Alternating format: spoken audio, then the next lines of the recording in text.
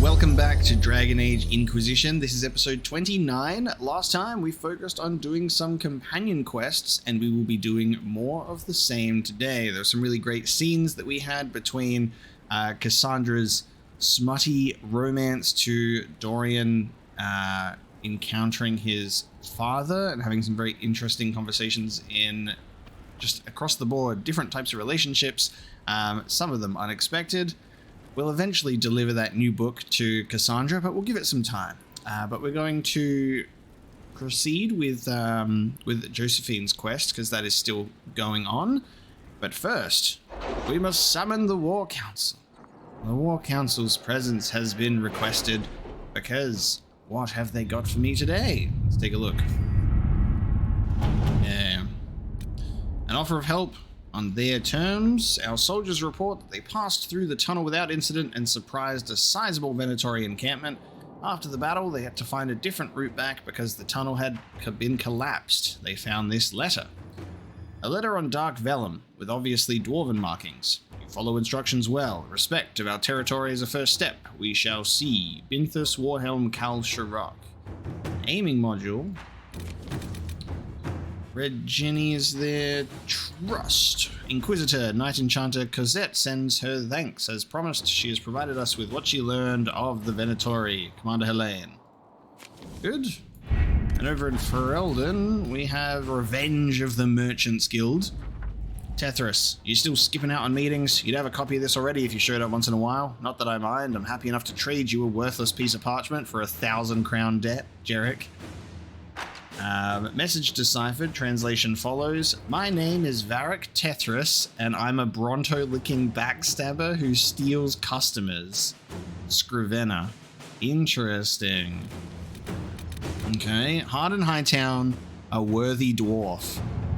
Ruffles, Nightingale, and various agents named after crummy jobs. Thanks for looking into this bullshit mess for me. Based on what you've told me, there's only one person I can think of who specifically uses Bronto liquor as an insult and also can't write worth a damn.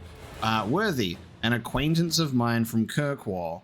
Although, why he'd do this, I have no idea. I owe you all drinks, Varric. Okay. We should capture Worthy ourselves and question him about how he infiltrated Skyhold. We should give this information to the Kirkwall Guard. They want to arrest Worthy. Liliana, we'll capture Worthy ourselves. Let's see what we have. I mean, we can tell Aveline what to do, but wanna, say it's a favor for Varric, but no. We need Worthy ourselves. Interesting. Okay, let's check out what we can send Josephine and Cullen on. We have stopping the war between Navarra and Tevinter. Both Tevinter and Navarra were fighting against Venatori entrenched along their border. The battle showed no signs of abating until the Inquisition sent soldiers who pulled victory out of a seemingly insurmountable defeat. Both sides have attempted to claim this portion of land in the past, and both are attempting to do so again. Only the presence of our soldiers prevents them from beginning a war. We cannot allow this to happen. For the moment, each side is grateful enough to listen to our advice, and we must convince them to send their armies home. I will press on both sides, call upon all favors to do this. Okay. Fear the situation between Navarra and Tevinter will deteriorate. We must be persuasive, decisive, and swift. Inquisitor. Off you go then. And Cullen, Red Jetty and the Bad Goods. Let's have a look. Sarah cannot simply vandalize our reports. There is no record of any of this. A memo from Josephine written on a letter from an outlying landholder. Inquisition leaders. I have reports of a gathering of resources to be moved into Venatori hands. I send this with the hope that you have the means to track who may be responsible. I overheard the possibility, but further inquiry yielded no more detail. It is unfolding well above my station. Sarah has scrawled several notes below, also a sketch of a randy nug herder. Squire with a limp says horses for 20, small force. 3 farmers say they were kicked out of homes. Root? Merchant says the carts are heavy for carrying armor and weapons. Says they shortchanged him, so he didn't tell about wobbly wheel. Will slow them through pass. Easy pickings, right? A few altered signs will waylay them in the Vimarks. A trade caravan will have supplies to last. If their stock happens to be mostly weapons, they won't last long. Blockading a caravan is a small but provocative manner. Do we trust this information? And buying out the caravan would expose whether it is led by an honest merchant or a conspirator against us.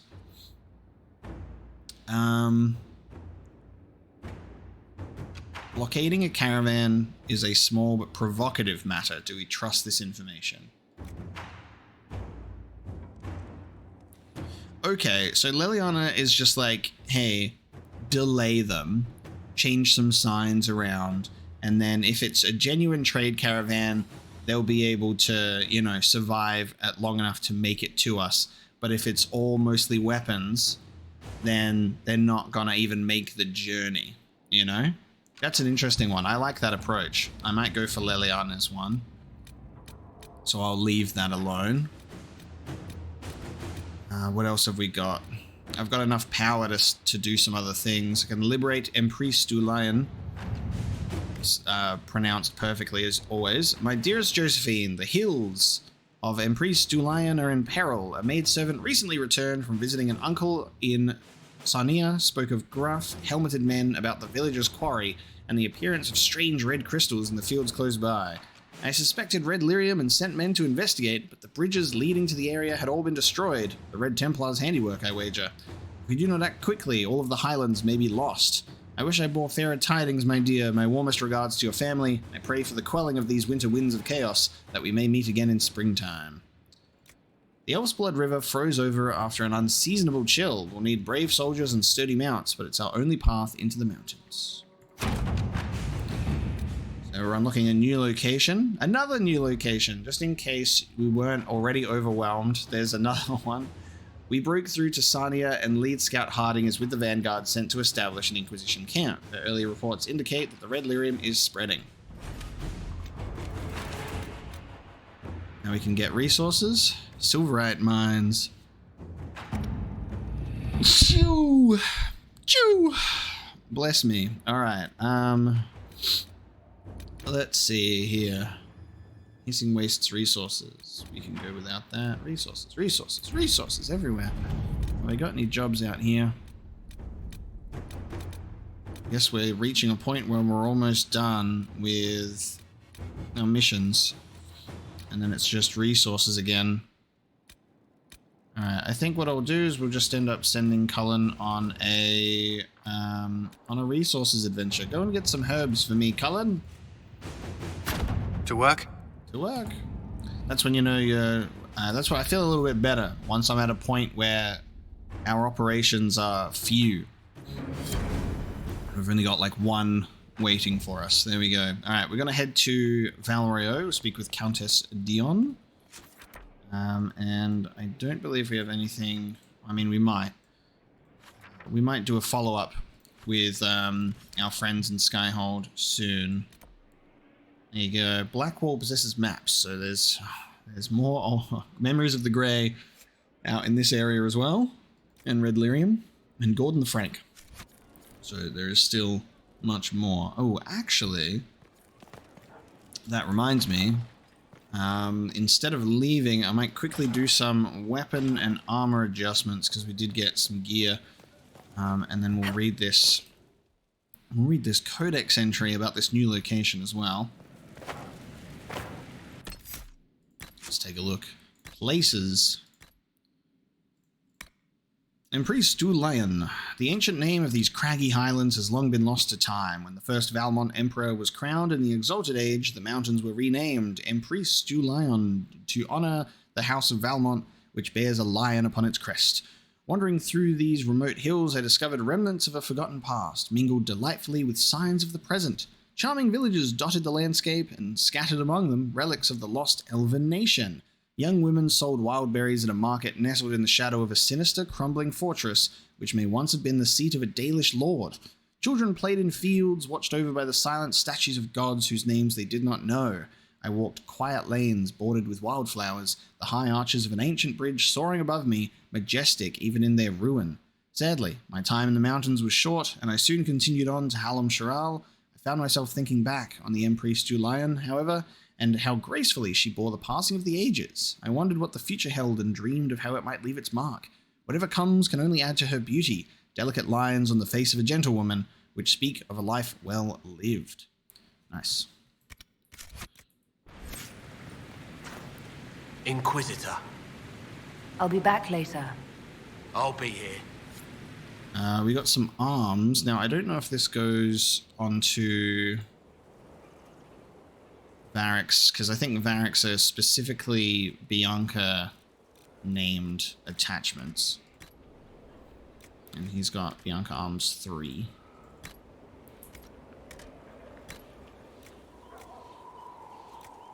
Give him more damage versus Corrupted if we wanted to. Maybe.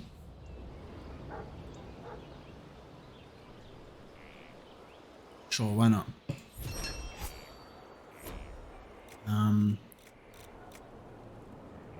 Maybe that means Sarah's bow. Oh no. Maybe there's another crossbow that needs those arms that she can't have. Okay. Here I thought I'd be able to correctly modify my weapons, but maybe not. I'm excited for this Song of the Marshes. Ooh, we've unlocked the superb level of this armor now. Okay. So we have a pretty decent armor rating with that. There's my fancy hat. The superb version. So this would be the light armor version for me. And superb Avar armor 171. 227. Not bad. Is this what I'm gonna do to my own mage just to get some good looking armor? Let's have a look. I need to change the colors for it. It's very basic. We have a Dragon's Tooth for a 40% chance of a masterwork, which is nice. We have an Essence of Perfection for a 100% chance. Gain 3 guard on hit. That's quite nice. That protects me. I haven't actually had a look at these, some of these that we've gotten because it's been a while. Got my Great Bear Claws. I need the fur of the bear though for the Dalish encampment. I would think I'm gonna get on hit, gaining 3 guard. Fade Touched Obsidian we're gonna use. I don't even have enough resources. I might not even be able to craft this yet.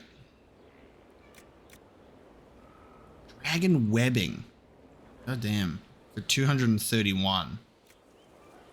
Looking at like where I could be hurts. King's Willow Weave. I might even hold off making this until I can get those higher tier pieces. I like that it changes the color. The orange is nice.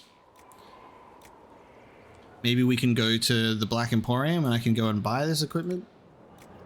That's what it's there for, right? Now that we've actually unlocked more materials, we can go to the Black Emporium and see what they actually have for us.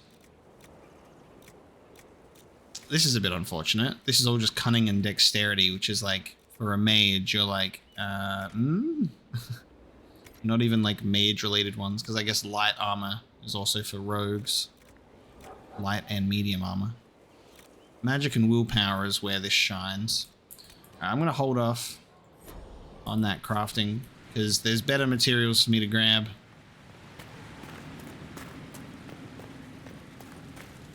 We will go speak with Countess Dion in Val Royeaux. Continue this quest line. Odd that more men show up at the manor to speak with you. Inquisitor. You and not I. What an unexpected apologize, pleasure. I'd never You met must those have had men a before. long journey And to what the did city. they need? Might there be any Nothing news from this uncivilly, house? I hope. Everyone's talking! When I was a child. Shush! Rather strange they knew about it at all. I get we're in a public place. I'm trying to listen. It's so realistic it hurts my ears. Nothing yet and your lover is safe. I mean, we're obviously going to give you this one, aren't we? Here's a letter from Ellerly. He's safe with his family in the Dales. Oh, my Ellerly. Oh, bless you. The Dions will sponsor the Duparakets as a family deserving of a noble title, Inquisitor. You have my word. Now please, forgive my hastiness, but I must read Ellerly's words. Make her keep you. Ellerly? Elderly. Okay. I don't know if maybe I was expecting a little bit more drama to take place. That's why I guess we didn't wrap this one up so quickly. Maybe I'll do some shopping while we're here. I'll have a look and see what the vendors have got. Maybe my characters will talk to themselves as well. I picked obviously the best group of people to bring to Val Royeaux. Ah, the Inquisitor! A genuine luminary of our current sect. Trash. Trash. Terrible. Terrible. Nothing? Oh yeah, there's that guy with the box, right? Who's selling something for like a lot of money. Maybe we should go. How much was that? We've got 19,000. Was it 10,000? I think that they wanted. I guess we could try and see what it is if I've got enough to afford it. I can't remember exactly what it was. This is nice in terms of an armor rating. Alas, not worth it. Now open in Val Royeaux, the wares of my kin imported from as far as the Hunter Horns. Am I missing another? Oh, it's up. It's the dude upstairs, isn't it? Alright, up we go. Take me. How do we? Yes. That's yes. There we go. We go up here. Going to the next level. Monsieur? Is it this person? I don't think they knew. I can't believe No. Yes. A return. I expect this visit shall be as fulfilling as the last. And then you may leave and purchase things from shops more aligned with your station. From shops. I'll have you know that I'm the Inquisitor. Of course you are. I am. And at this moment you are just as important as any other dreamer who enters my boutique. And just as deserving. Well, goodbye then. Mind the flooring. It is not used to feet that have been subjected to soil. Oh my god. Alright. How much is it? It's 10,000.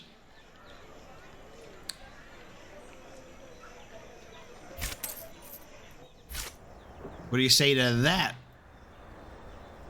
Purchased? What becomes of Darabon? That's all you have to say? Okay. Is it? Where is it? Where does it go? Where does it go?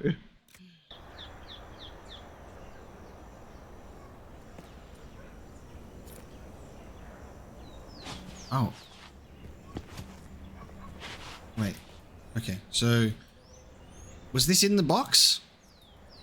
It's just a golden nug?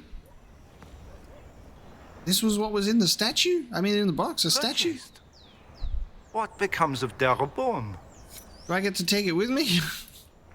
It unlocked an operation, the big one. Okay. Well, that answers that one. I've spent 10,000 gold on a golden nug statue. Okay. Tempest.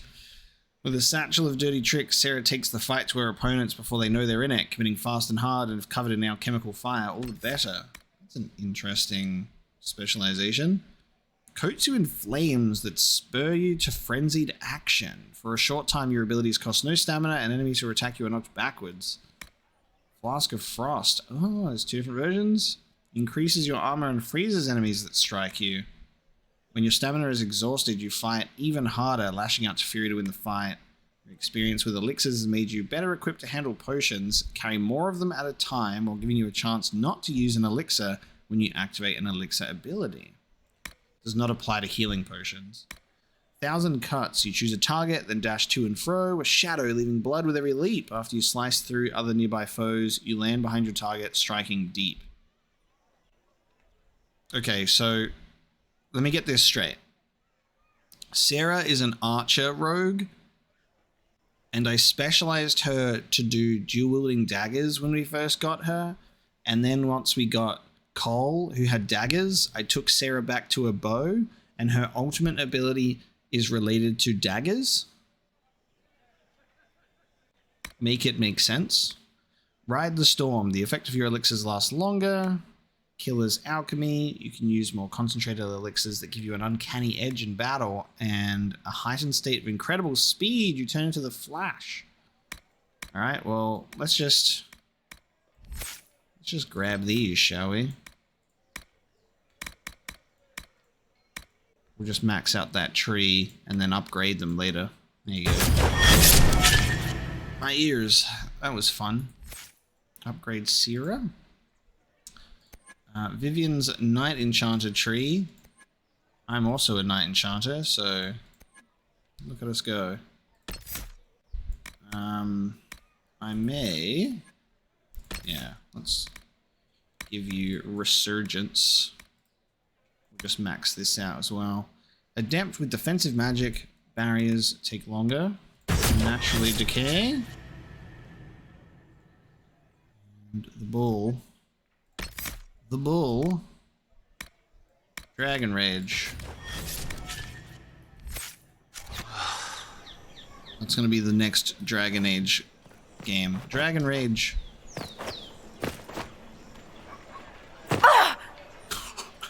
Oh yeah, we're not in Skyhold. Shit.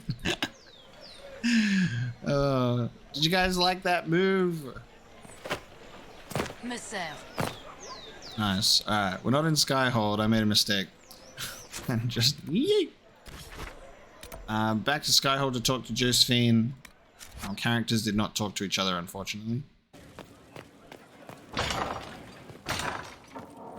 Inquisitor, What happened here? the House of Repose decided to pay a visit. Oh shit. The guards arrived in time, but I should have guessed the assassins would infiltrate the servants. Dude, right as we're like, well, you will get ascended to the back to nobility. It literally came for you. How did they got so far? Leliana has let us down. Are you sure they didn't hurt you? They only frightened me. It was all so sudden. Leliana assigned people to shadow me. They appear to have saved my life. I owe you everything, Sergeant. Only my duty, Ambassador. I'll talk with the spy master about these murderous louts. She'll find how they got in. Okay. Well, at least Leliana hired people to protect her. Not to identify the new servants. But I guess it's hard to tell with the classic infiltrating through the workers and the servants trope. Any news on the House of Repose, Inquisitor? What's the next favor we need to get these Duparacats a lordship? We need a judge of the royal court to procure documents acknowledging them as nobility again. Oh, okay. Arrange a favor for Judge Uld at the war table. Getting a judge's favor operation. Okay. Josephine's ready to turn in on her operation, so maybe we can send her on this one. And here I thought we were almost done. Getting to nobility is not easy, guys. Especially when there's assassinos out and about. How'd you go, Cullen? Thank you so much for the 6 spindleweed. The big one? Getting a judge's favor. Alright, hold on. I gotta turn in Josephine's war. Inquisitor. Through the efforts of hundreds of negotiators, allies, and a few personal connections, Navarra and Tevinter have grudgingly issued orders for their soldiers to return to their respective cities. The contested land has been split down the middle. We have averted a war today. I will add nothing more, for there is no higher reward to ask for. Nice. Blade of Tadarian. Alright, Leliana's busy, but let's see. Inquisitor. Oh, it's just for Josephine. We must have an Orlesian judge sign papers formally requesting we elevate the Duparacats into nobility. I have approached Judge Uld, who's requested a party of Inquisition soldiers meet him in the Frostbacks for a hunting expedition. Some sort of rare spider, as big as a horse. The judge was telling me, lives inside the caves a few days west of Skyhold. We would like an honor guard who knows the mountains to show him the way. Send some scouts and officers to accompany him, and Judge Uld will happily sign the paperwork we require. Ah, yes. I should inspect the condition of the trebuchets. They must be calibrated to reach the proper range. Again? How many times will you be doing that? How many times will you be doing that? If it's a spider as big as a horse, can we unlock it as a mount to ride through Thetis? That way I'll actually properly use mounts this time. Or we can just get Morrigan back to turn into the spider that's just standing up in Dragon Age Origins. That was one of the weirdest glitches I've ever had. The commander has kindly found some soldiers he can spare to accompany Judge Ald's hunting party. Inquisitor. Inquisitor. Can Cullen do the big one? Our researcher... Oh my god, it's a mount quest. Okay, our researcher is fascinated by the lure fashioned from the golden nug. She believes that her knowledge of the involved species, combined with the elimination of the apex predators, can result in an opportunity to flush out something bigger. Something that will truly inspire on the field. It is certainly worth investigating. Is that golden nug statue gonna become a mount? I get a golden nug to ride? To work? Off you go. I guess we'll find out in an hour's time if I can ride a nug or not. Imagine it's a small one and you're like standing on it. It's just got a very strong back. Alright, that put Josephine's quest on pause for now while we wait for that to take place. While I wait for that operation to go down, I'm probably going to... we've got heading for the Storm Coast with Bull, and then we've got... Well, shit. I'm wondering if completing, and this is too late to ask for some, because I mean, we're still doing this for Cassandra, but I do wonder if doing these before their main quests is like preferable or not. I don't know. I might go and do the collecting missions. Go and do the unfinished business, Memories of the Grey, Red Lyrium stuff. I might go and do this. So this may involve a little bit of me just doing some off-screen running around if I just focus on collecting these. But then at the same time, who knows what we'll discover, because that's sort of like the way things go, is who knows what we'll discover. There's one piece of red lyrium out this way. And then we'll go down there at some point. So I might do just some fetch questing, get some stuff, do some things, and then if there's any sort of companion dialogue that takes place, obviously I'll be sure to include it. Let's take some characters. Let's take some characters that we don't really take out much, and give them an opportunity to talk to each other, because that should allow me to get some nice party banter between them. Let's see what Sarah has to contribute to these two fellows. I just remembered why we haven't done this one yet and I've gotten all these shards. I'm like, why have I not done this so close to the encampment? And every time I come here I forget. I've just remembered that this is because this is where there's a stupid dragon that just nukes me. I'll be strong enough to take out a dragon in the Hinterlands now. One can only hope. We've taken out one dragon, so, you know, we might be able to take out this one this time. It's level 12. Oh yeah, we should be able to take this one out, because the last one we took out was, what was it? The last one we took out was level 15. Boom. Alright, I think we got this.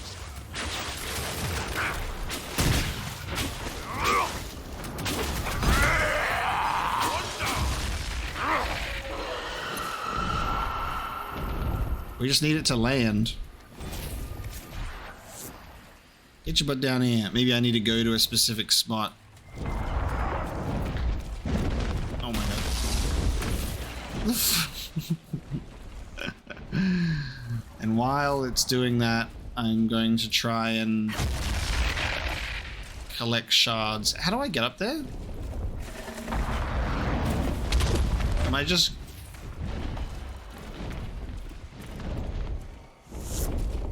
Can I get up there from here? While being attacked by a dragon?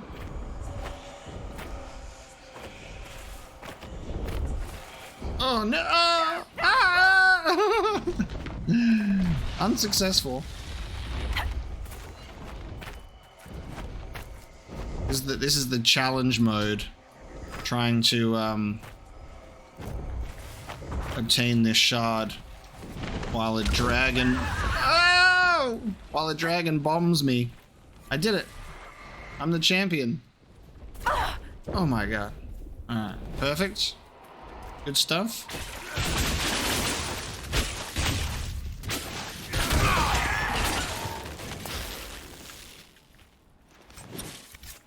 Getting all this dragon blood seems like a good idea. Where are we? Shot over here. Oh. When will this dragon land?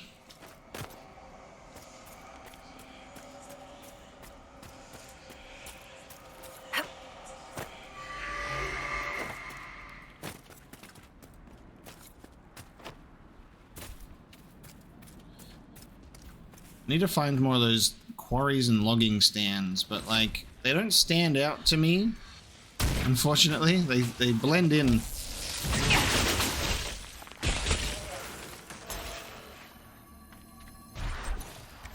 The only times I find them is when they're like I'm standing on top of them and I'm like, oh yeah, this exists.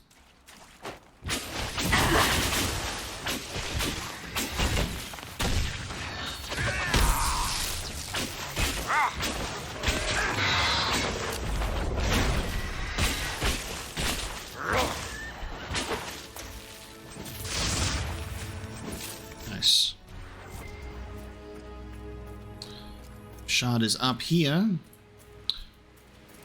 The dragon has left us alone, so perhaps it has gone further into the place for us to discover it.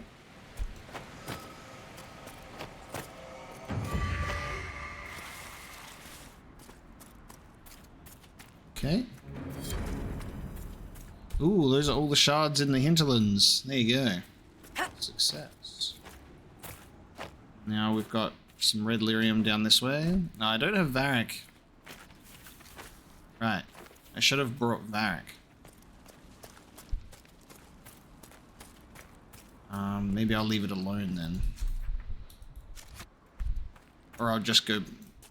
Let me just take Sarah out, actually. I'll just take our rogue out for another rogue, and I'll have Varric to destroy the lyrium. And then we'll try and take out this dragon.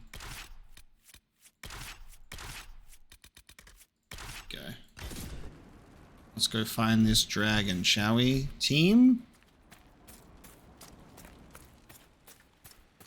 Now, last time when we changed party members at the party and went for a walk, they spoke to each other relatively quickly, like Solus and Cole way back when. So, hopefully if we keep up that sort of same thing, maybe they'll talk to each other. But also, we're about to enter combat with a dragon. I love the environment actually being affected by it. There we go, it's flying off down that way. Let's follow the trail of dragon destruction. Didn't bomb us this time.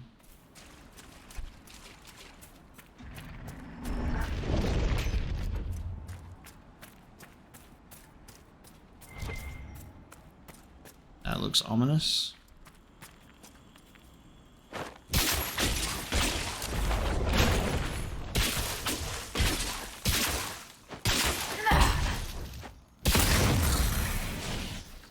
Varric approves. God, I so wish we could just change our party on the fly, especially for situations like that, you know, where you need approval for doing their things. I think that's all of the... that's all the red lyrium out here. There it is. It's waiting for us. Alright, you ready? Ferelden Frostback. You ready, team? We've taken out a level 15 dragon, so... time to get out another one. The Blood Cliffs, and the last region for us to discover in the Hinterlands. To war! Oh my god, the presentation of this is so cool. Bring it down. That's my ass, don't bite it. Oh, I've brought my least strongest warrior to this fight, haven't I? The one that doesn't have guard. Oh, shit. I brought... Yeah, this is good. This is not good. I've brought the worst warrior to this fight. I needed, like, 2 warriors at least, I think.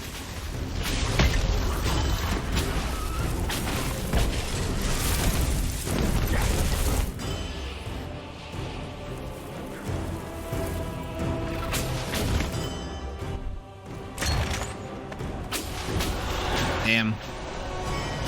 My fire mine. You better come and stand right here, buddy. Oh man. Come stand right here. I put down a little treat for you. Not up there.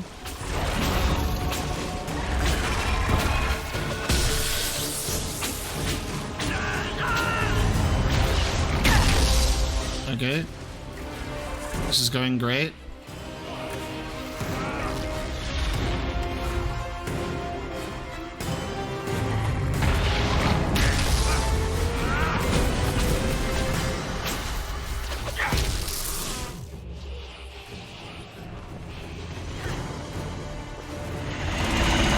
That fire mine didn't work very well.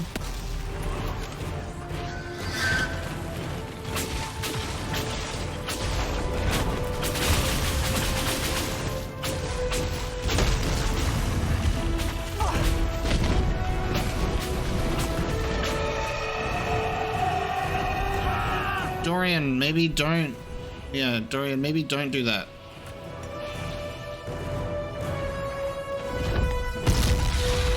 Avoid the fire, please, guys.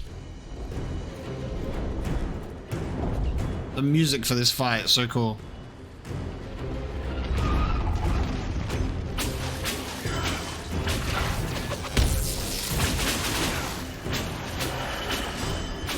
At least we've got 3 people that can shoot at range. The scream! Oh, summoning babies. Ouch! Ouch! Okay, I'm specifically being targeted by the bombs, dude. Dude, no one else? Why is this dragon here but not moving? Ah, oh my god. Like trying to track me and everything. Look at this. You bastard.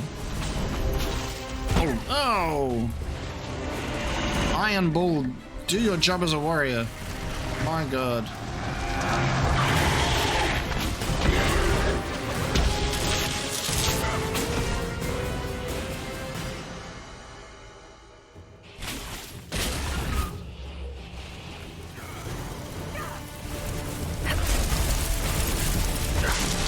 Oh my god.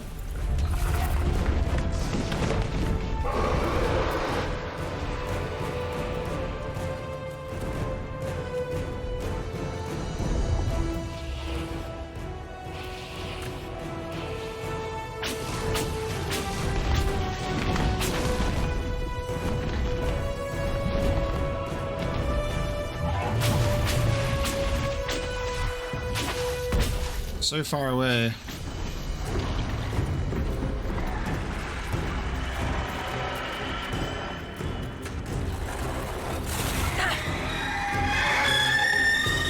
Alright, we'll just rest.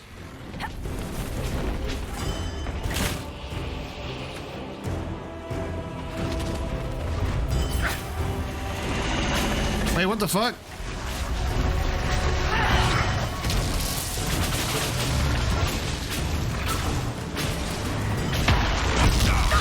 We got Red Templar horrors here?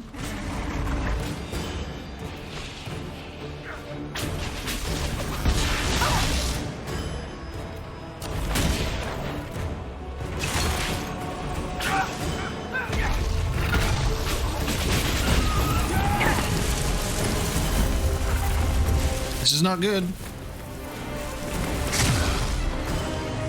I can't move. I'm literally stuck. I can't move.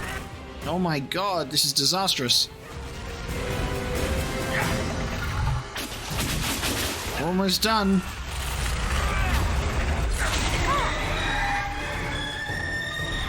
It's very hot in here.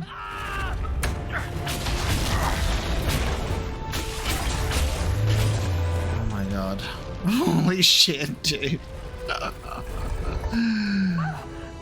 everyone alright? Never better. See the way everything lit up when it tried to fry us. Now that is a fight.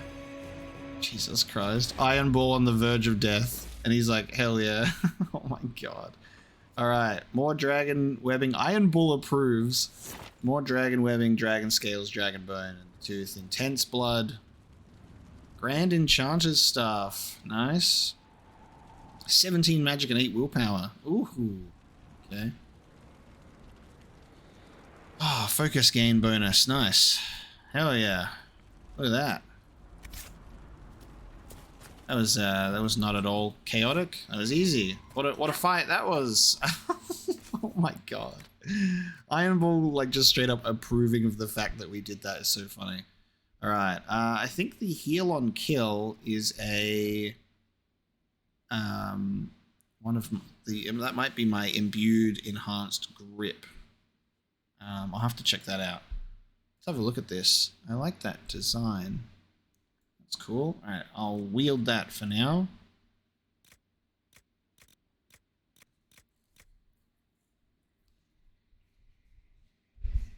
A Canary weapon known as Vidarthus, a well-known re-educator in the New Exalted Marches, who said to crush the heads of captured knights, though this claim has never been proven. She died in the Battle of Afsana in 75th year of the Storm Age, her mace claimed by the Orlesian knight who killed her. Yes, another cool mace.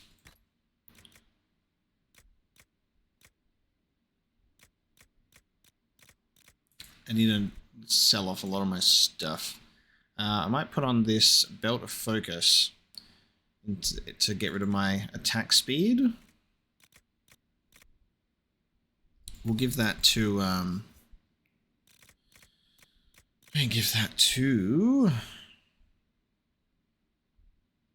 you've both got the, it's the same, a small moderate. Alright, you can have an upgrade to that.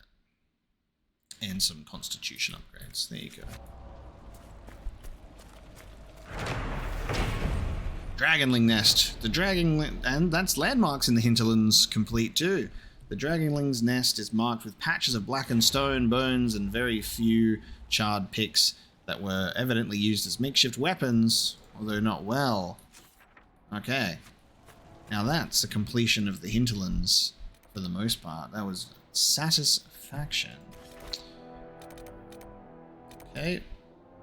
Now that we went and did that, and took on that dragon, I think we have some updates at the operations table now.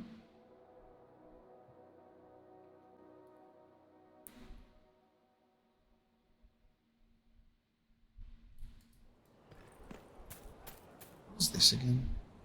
News from Thedas. Grey Wardens declare support for Inquisition. Does this update? Because news from Thedas. Following the destruction of the Temple of Sacred Ashes and opening of the breach, all efforts to locate the Grey Wardens failed. To many, the disappearance of this noble order was yet another ill omen. However, thanks to the efforts of the Inquisition, the Grey Wardens have returned. It appears they were gathered at the Fortress of Adamant in the Western Approach. According to Inquisition representatives, the Grey Wardens were focused on their own solutions to the crises facing Thedas. After convening at Adamant, the Grey Wardens and Inquisition entered into an alliance, wherein the Grey Wardens will support the Inquisition in the war against Carivius. Haven destroyed by Darkest Menace. Ah, it updates over time. So that was the Haven one, and then I guess when we go through main quest stuff, it updates. Good to know.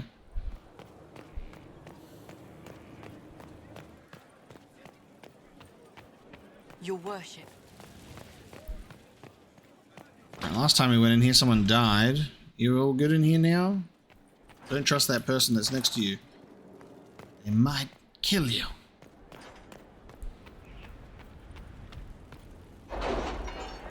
Alright, I believe there was an operation ready to be turned in, and I think it's the one that we want, right?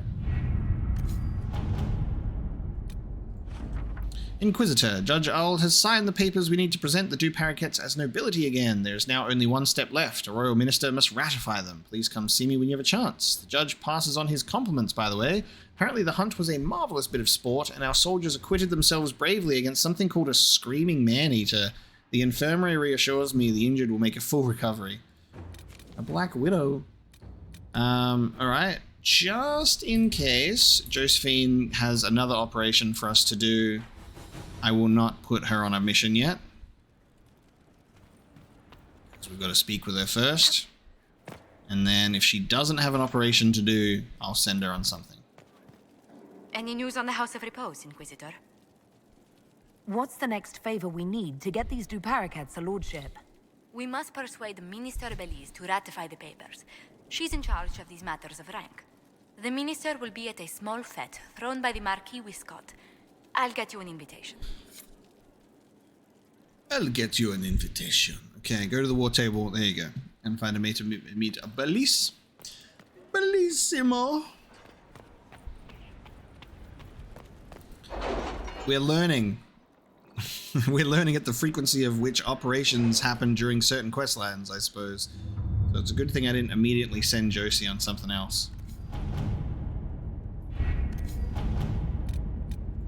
Speak with Minister Belize at party. Ambassador Montilier, forgive the late reply. Wonderful as it is to hear from you, I've just ridden from trouble in the Dales. The Civil War has made managing my holdings even more difficult. It would be much easier if I had the ear of the Council of Heralds, but alas, fortune has left me poor in that regard. The Inquisitor is always welcome at one of my humble fates. I only regret that it may not be as grand as I would like. Please, dear lady, promise me you will warn her worship that my preoccupation will preclude a richer evening with my guests.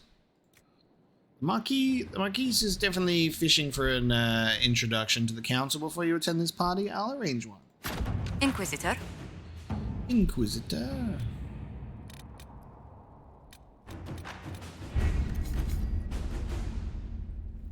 That main quest just staring me in the face while we spend some quality time with our companions. Okay, I think what we'll do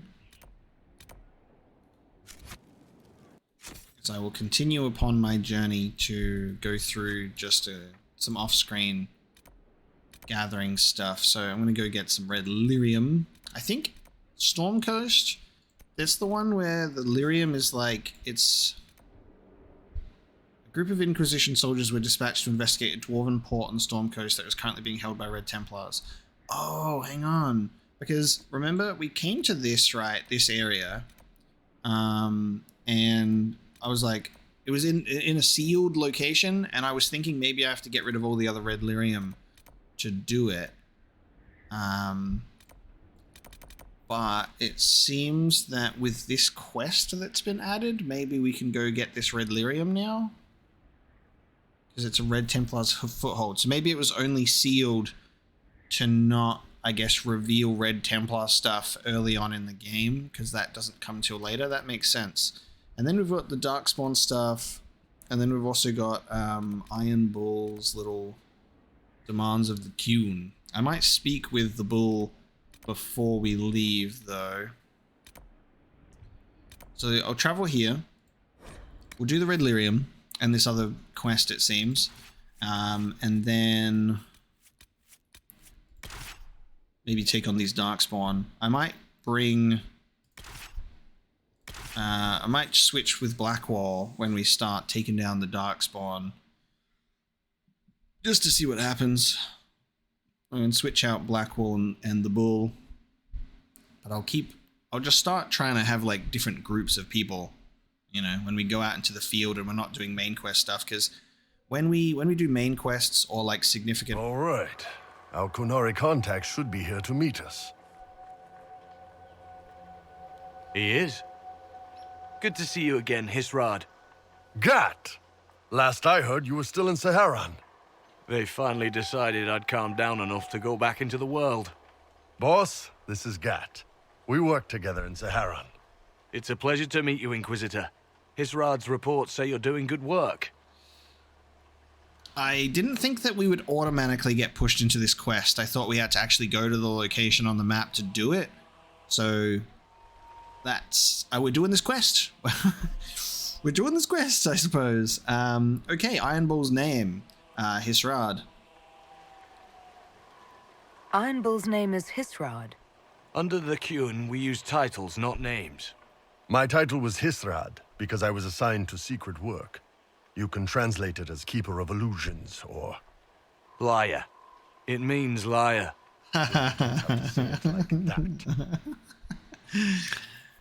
Interesting. Well, that's the thing, because he is on my semi-suspicious list, but also the fact that he was like, I'm a spy. But then maybe he's a triple agent at this point. I don't know. Who knows? Has anything he's ever told us been the truth at this point, if he's a liar? I don't know.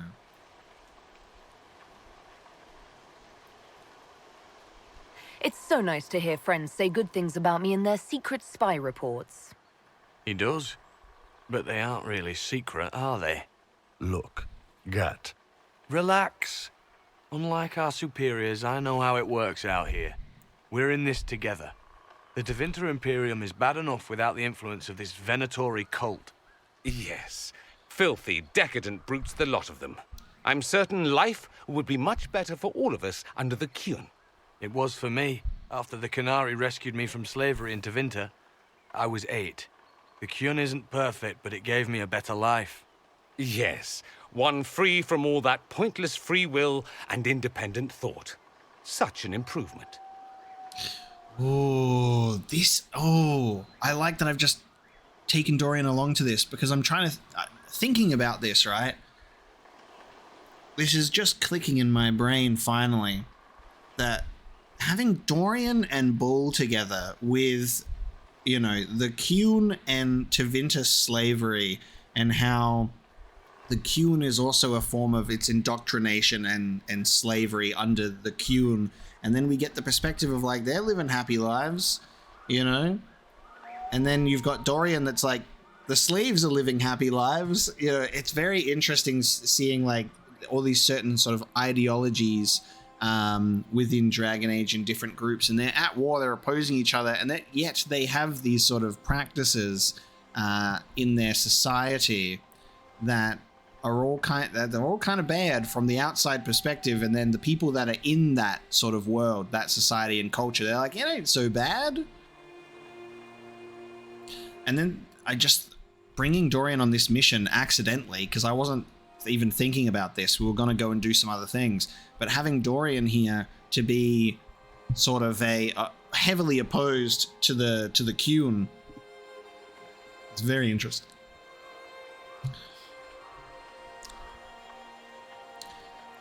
So we can either take Dorian's side, take more of a Bull's side, or say neither side is perfect, which is what I think. The Imperium and the Qunari both have their problems. Fair enough, I suppose. I'm not here to convert anyone. All I care about is stopping this red lyrium from reaching Minrathos. With this stuff, the Vince could make their slaves into an army of magical freaks. We could lose Saharan and see a giant Tevinter army come marching back down here. The Ben Hasrath agree. That's why we're here. Our dreadnought is safely out of view and out of range of any Venatori mages on shore. We'll need to eliminate the Venatori, then signal the dreadnought so it can come in and take out the smuggler ship. What do you think, Bull? Don't know. I've never liked covering a dreadnought run. Too many ways for crap to go wrong.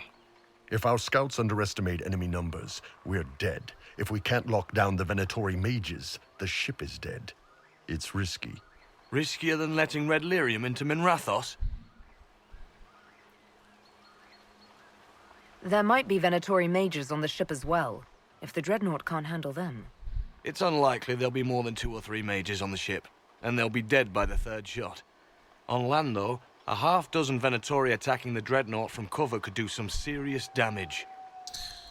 There's a lot of tension.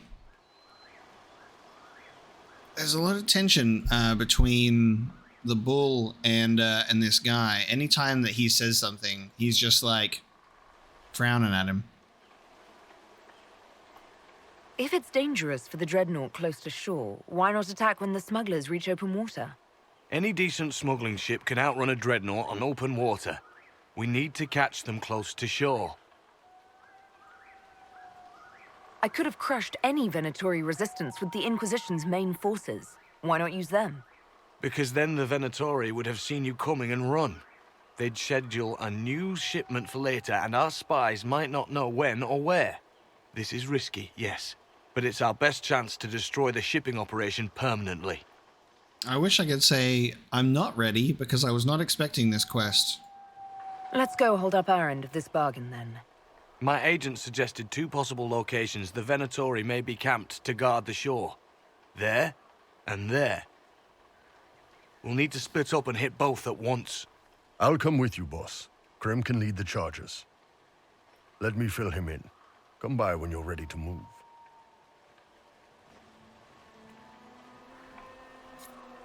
Okay, speak with Bull to begin the assault.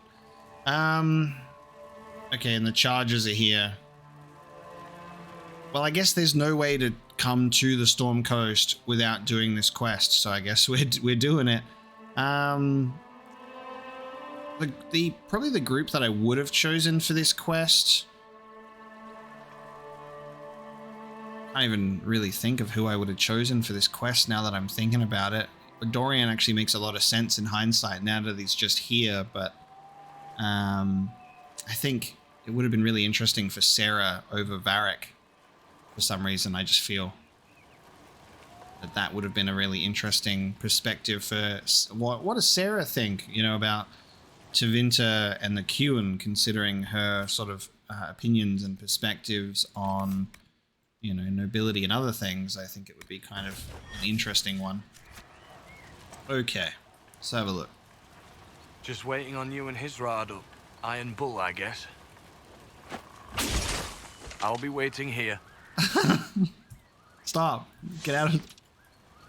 Let me know when you're ready. I shouldn't be able to do attacking things while I'm, like, in the middle of this. It's kind of funny. There we go. Now I'm properly in. Do you have a minute to talk about the Qun? I'm a spy, Inquisitor, not a teacher. I'm not interested in converting anyone or debating the philosophy. But I suppose it would make for an interesting report to hear the Inquisitor's opinion of the Qun. To be honest, I don't really understand enough of the Qun to judge it. I think you have to be raised under the Qun for it ever to make sense. The people who join as adults either end up unhappy or, well, for many, it's just a kind of form of slavery. I like the simplicity. I like knowing my place and knowing that it's the right place. Other parts I've struggled with myself.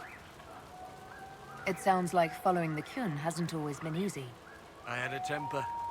Bull's nickname for me, Gat, comes from Gatlock, the explosive power in Canary cannons. I was so angry when I was first freed. I wanted revenge. I wanted to find my family who was still enslaved in Minrathos.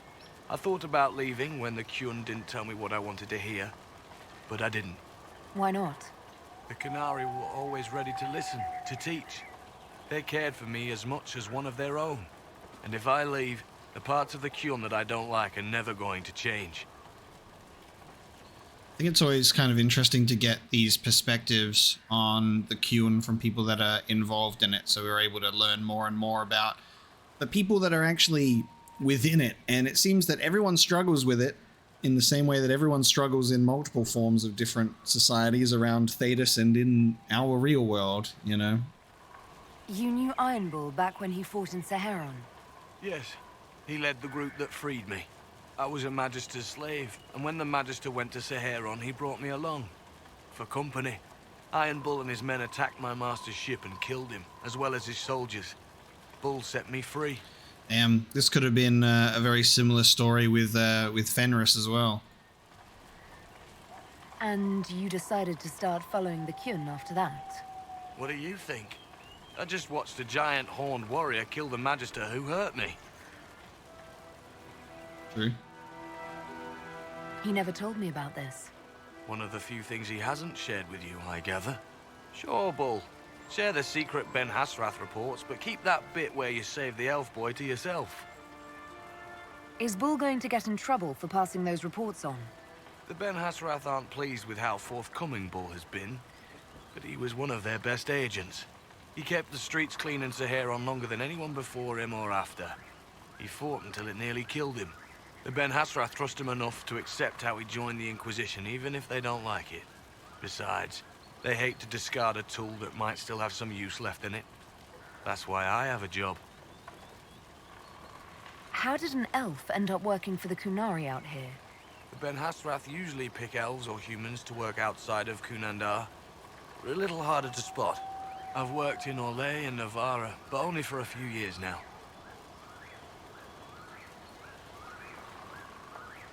What did you do before that? When I was old enough, I fought Tevinter forces in Skyhold. I was too angry to do much else. It took me a long time to accept the Qun, to get past justice to purpose. Some days are still difficult. No one's actually detailed how an alliance with the Kunari will help the Inquisition. The answer to that is above my rank. But the Kunari don't really bargain. They don't know how. I doubt you want Kunari troops stomping around your stronghold, and you're too far away for supplies to be useful. You get more use out of our ships, I imagine. And the agents we've got spread across Thedas. We know a lot more than what Bull sees in those reports he's been forwarding to your spy master. I'll let you know when we're ready. I await your pleasure, Inquisitor. Alrighty. I don't really know if Varric has any, like, skin in the game here. Like, don't think that he's gonna really say much or involve himself much. Can we leave and go do something else? But I don't have Bull with me anymore. Guess we're doing this. Once they're down, send up your signal. That'll let the Dreadnought know it's safe to come in. Understood, Chief. Remember, you're gonna want a volley to start, but don't get suckered into fighting at range. They've got mages. It's all right. We've got a mage of our own. I'm not a mage. Get in close and take their enchanter down before he takes over the battlefield. He'll be dead before he knows it. Just pay attention, all right? The Vince want this red lyrium shipment bad. Yes, I know. Thanks, Mother. Kunari don't have mothers, remember? We'll be fine, Chief. All right, Chargers. Horns up! Horns up! Ready whenever you are, boss. Great little pep talk. I'm not a mage, guys, please. It's got nothing to do with the staff on my back. I'm ready to head out, Bull. Right. Chargers, hit 'em hard and hit 'em fast. When this is over, drinks are on me. You got it, Chief. Charges, double time. Let's move! Okay. Clear out the Your inventory. Charger's the easier target. You think? Lower and farther from the smuggler's ship, it's much less likely to be heavily defended. Suppose we'll do the heavy lifting then. Just like old times. Alright, in which direction are we headed? We're going this way? Cut across here. Oh, the game does not like me going this way. Oh, okay, hang on. We've been invisible walled? How is this not an open path for us to explore? Okay, video game. You see that over there? You can't go over there. Okay. God damn it. Okay. We'll go this way, I suppose. Going along a scripted pathway. Let me go the way I want to go. Be careful. My agent said to expect opposition ahead of the main camp. We've all done this a few times, Gat. You've been living outside the Qun for years now, Iron Bull. Just wanted to make sure your reflexes hadn't gotten as soft as the rest of you. Ouch. Sassy. Vince up ahead. Don't let them warn the others. The dialogue volume is so inconsistent in this game because sometimes you'll be talking to characters and they'll seem so quiet, and then other times you'll be like they'll be talking and it's like the loudest thing in the game. Like, You must wish you were back in Tevinter, Mage. No soldiers to guard you here, no slaves to wait on you. It's the lack of fashion that really strikes fear into my heart. You know nothing of fear. And do you intend to teach me? No. You serve the Inquisition, and the Ben Hasrath wish an alliance. For now, that is enough. Tension in the party right now. Sometimes, yeah, it just really bugs me, like the inconsistency of voice dialogue and the volume. Like you'll talk to Varric or someone in Skyhold, and they'll be kind of like whispering, even though that they are like right in front of you, and then you'll have characters that are talking normally, but it just sounds like they're shouting. Kind of bugs me. Can you make out any of your mercenaries down there? Not from here. Probably a better view once we take the Vince camp. The hell? They're my men. I've been with some of them for years. What is this? You like let this go and it like rolls barrels down the side? Are they explosive barrels? That's interesting.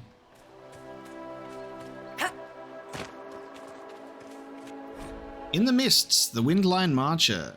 The story of the Windline Marcher is an old one. The earliest versions of the tale appear to be in the Exalted Age, said to be a two-mast brig that set sail from Antiva City, carrying cargo bound for the Free Marchers.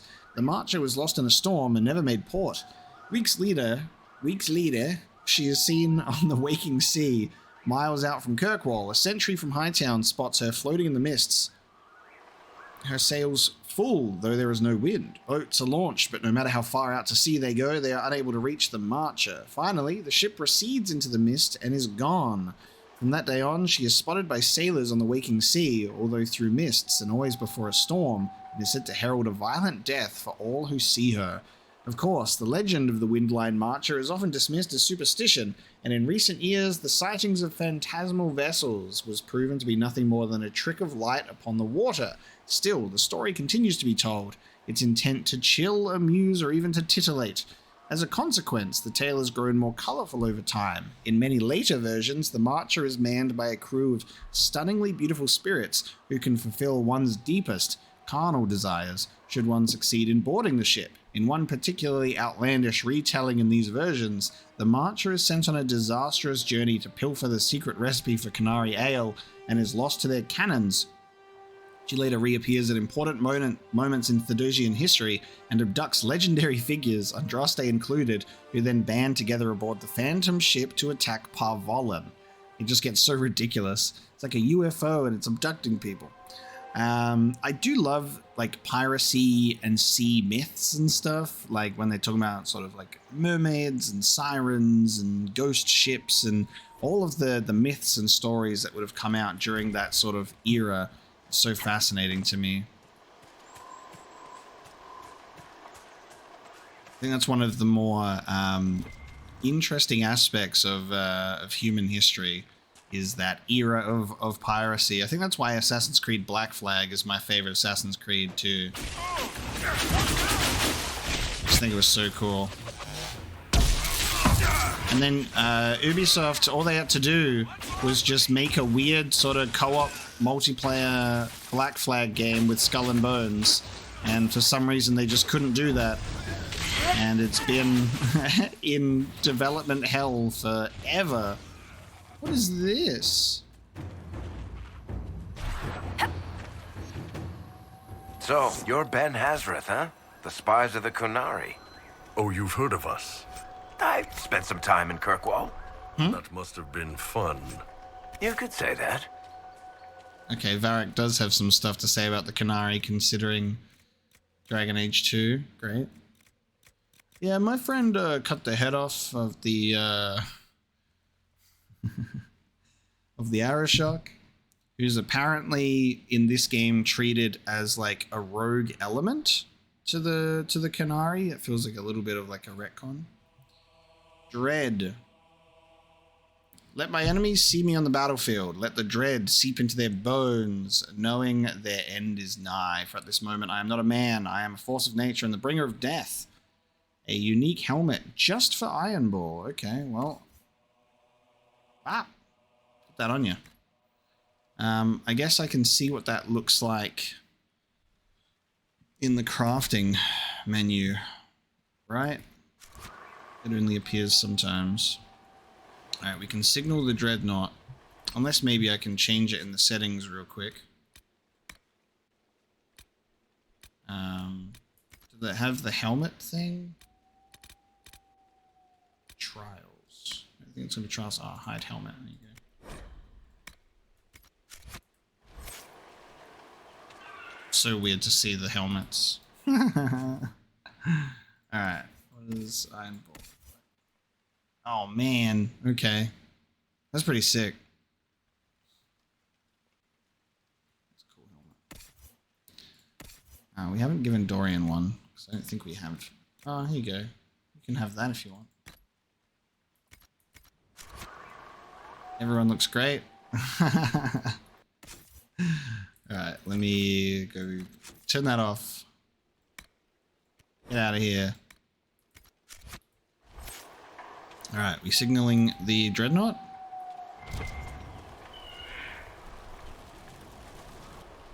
We're clear, Gat. Right, signaling the dreadnought. Chargers already sent theirs up. See them down there? I knew you gave them the easier job.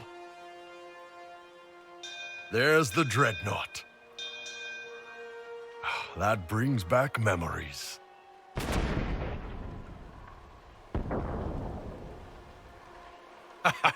Nice one. Crap.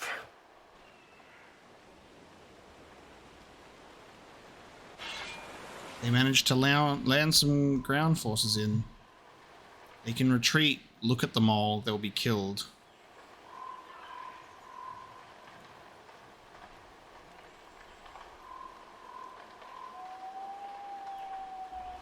They've still got time to fall back if you signal them now.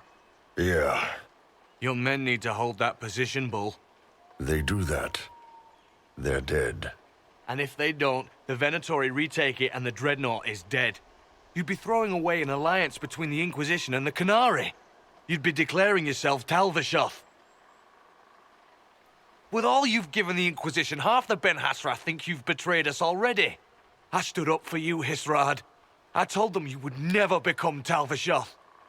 They're my men.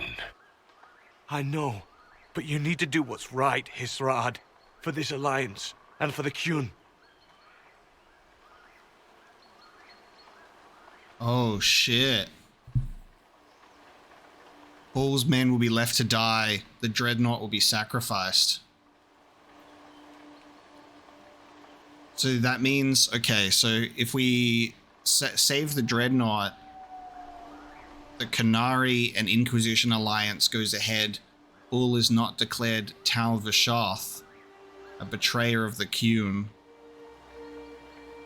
But if we save the Chargers, which is what Bull wants, you can tell that's what Bull wants. But he also becomes Tal Vashoth, and we do not have an alliance with the Qun.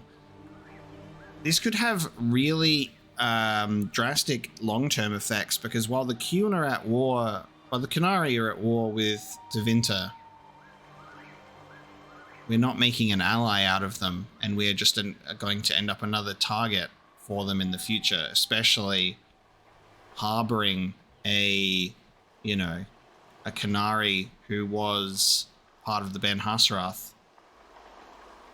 Because this seems like a pretty significant event of him turning his back on the Qun to focus on saving the men. I don't think we can let the Chargers die here. We need to help them.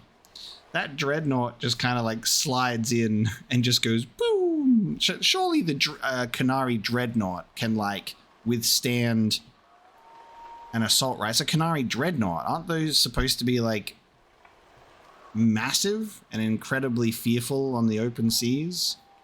Surely they don't need a few of us to help them out, right? That seems kind of silly. Like it's like some kind of toy boat. It's a Dreadnought, for God's sake. I mean, it's not even a tough choice, because I'm just kind of thinking about the ramifications. We're obviously going for this choice. This is what I feel is right. I want to save the Chargers, because I like them. Bull likes them. And I know that that's what Bull wants to do. You can clear he's very conflicted, but he's like, they're my men. I'm just trying to think of like, because this is obviously one of those classic Dragon Age fork in the road moments of just like the butterfly effect. Thinking about what would happen here is letting the men die means he is not branded Tal Vishoth, and the Qunari and Inquisition alliance takes place, which seems to be, in terms of like a larger viewpoint and picture of things, maybe a good thing, question mark, but I don't know. And then in terms of saving the men, that could have some pretty drastic long-term consequences. I guess we'll have to find out. Call the retreat. Don't!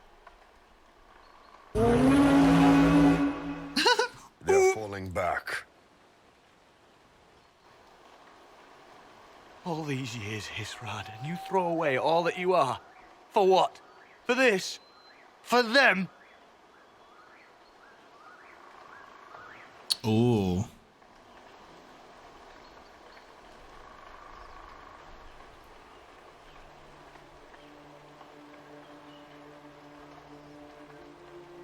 We can make this up to your people. No, you can't.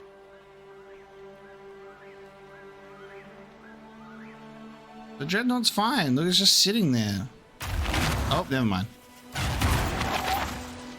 No way they'll get out of range. Won't be long now. Bull, when the Dreadnought sinks... Sinks? Qunari dreadnoughts don't sink. Oh, they explode. Off screen, so we don't get to see. Let's get back to my boys. Huh. That's a painfully underprotected Dreadnought. 3 mages threw some fireballs at it and it blew up. Damn, okay. That was a bit of a letdown. We get our first look at a Qunari Dreadnought. Hey, boss. And it looks like that. It is my duty to inform you that there will be no alliance between our peoples. Nor will you be receiving any more Ben Hasrath reports from your Tal Vishoth ally. You under orders to kill me, Gat? No. The Ben Hasrath have already lost one good man. They'd rather not lose 2. He greatly approves, though. So much for that. Damn. Iron Bull is Tal Vishoth now. And is no longer part of the Ben Hasrath or the Qun. I think I'm alright with that. I'm a little disappointed in the presentation of that mission. The Dreadnought kind of like glides on in off screen like a little toy boat and fires some explosives, and then 3 mages just throw fire at it and it blows up. That does not seem like a good warship plan. Like a Dreadnought rocks up to like, you know, some ships and then they just go, just throw some fire at it and it'll just blow up. Like that seems like a dangerous military oversight. They're just kind of like sailing around with easily explodable ships. It's not what I envisioned a Qunari Dreadnought being like. I didn't feel like we got a good look at anything either, right? So it was just like we just got like this weird sort of view from far away. I missed the cinematic sort of presentation, you know what I mean? I think that's something I missed from Dragon Age Origins, is there was a lot of situations that would take place that I feel like I was watching a movie sometimes, like in certain cutscenes, like at Ostagar, I was like, this is Lord of the Rings, you know? And there were just certain ways that scenes were handled and put together that just felt so cinematic and involved. But it just felt weird there, I guess. I don't know. Maybe it's a certain level of sort of polish that I feel is missing there, you know? Like the ship rocks up and looks super basic, and then Bull's just like, and then my people just kind of walk away. And then we just stand there talking instead of like going down to help. I'm like, I'm just confused. Couldn't their mage group just cast a barrier to protect them? I don't know. It feels like there's too many holes in that whole mission, and it unfortunately has let me down a little bit. So I just wanted to voice my honest opinion on that. I don't really feel connected to any of that conflict. You all right, Bull? Yeah. Guess I'll have more free time without having to write all those reports. Bull. Boss, let me have this one, all right? This one needs to be mine. You're late. Sorry, Chief. Still sore from fighting off all those events. Good to see you, Inquisitor. I think what was really interesting here is we didn't really make the decision for Bull here. It seemed that his mind and heart was already made up. He wanted to save his men. He was ready to forsake the Qun as well. We just kind of allowed him to. You know, he already wanted to, you could tell. Hence the great approval. So happy to have broken away from the Qun for his men. How did the Chargers come out of the fight? Just fine. Thanks to you and the Chief, we had plenty of time to fall back. Chief's even breaking open a cask of chasing sack mead for the Chargers tonight. Damn it, Krem. That's the kind of thing you don't have to mention to the Inquisitor. Sorry, Chief. Time to start smacking each other with shields. But you're supposed to invite me to the drink. Forget it. You're doing fine. You're supposed to invite me to drinks, not keep them secret. We got a throne. Alright, well, demands of the Qun is complete. We've got a Qunari bench. There you go. No alliance with the Qunari, and Bull branded a Tal Vashoth. But the Chargers survive. Shame the alliance with the Chief's people didn't work out. He hasn't said anything, but he's feeling it. Can you think of any other tasks suitable for the Chargers? Nothing jumps out at me. If I come up with any ideas, I'll let you know. Can we talk about the Bull's Chargers? Certainly. What can I tell you? Have you had any other interesting jobs? This Orlesian guy paid us to clear out some bandits who'd taken over his mine. We got in, took down most of them, and had just reached their leader when the mine collapsed around us. Turned out the bandits were working for the Orlesian guy, and he wanted to cover up their agreement. The bandits passed around shovels. We all got to digging. Tracked a lot of dirt into that Orlesian's bedroom. We'll talk later. Okay.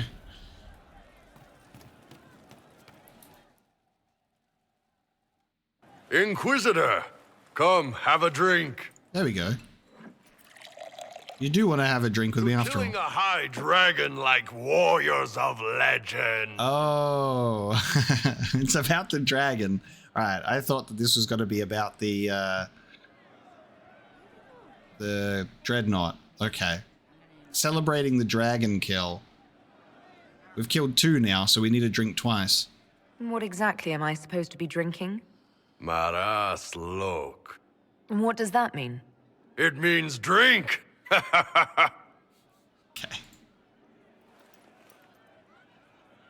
I look so concerned.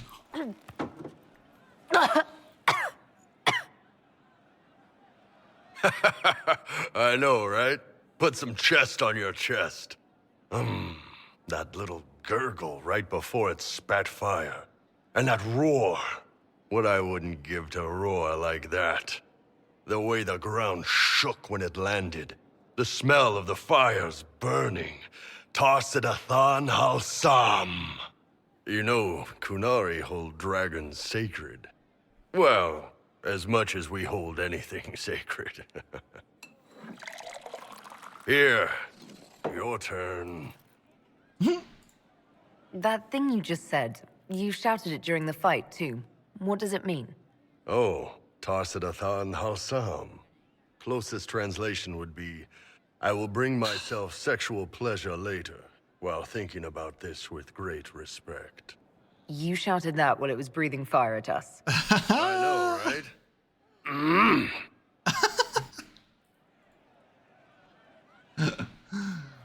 Oh, man. I'm trying my best here. Yes, the second cup's easier. Most of the nerves in your throat are dead after the first one. Atashi, the glorious ones.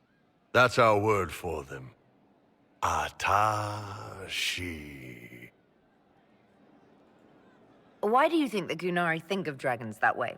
Well, you know how we have horns. We kind of look more dragony than most people. Maybe it's that. But a few of the Ben Hasrath have this crazy old theory. See, the Tamasrans control who we mate with. They breed us for jobs like you'd breed dogs or horses.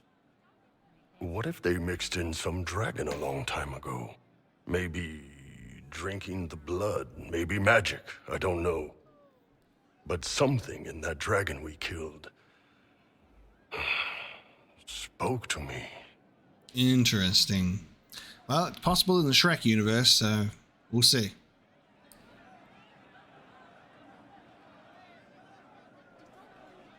When you put it like that, I'm worried I killed one of your gods or something. Nah, one of Tevinter's gods, maybe. They worship dragons, right? Kill the shit out of them all you like. Dragons are the embodiment of raw power. But it's all uncontrolled. Savage. So, they need to be destroyed. Taming the wild. Order out of chaos. Have another drink. This man isn't drinking. Alright. God damn it.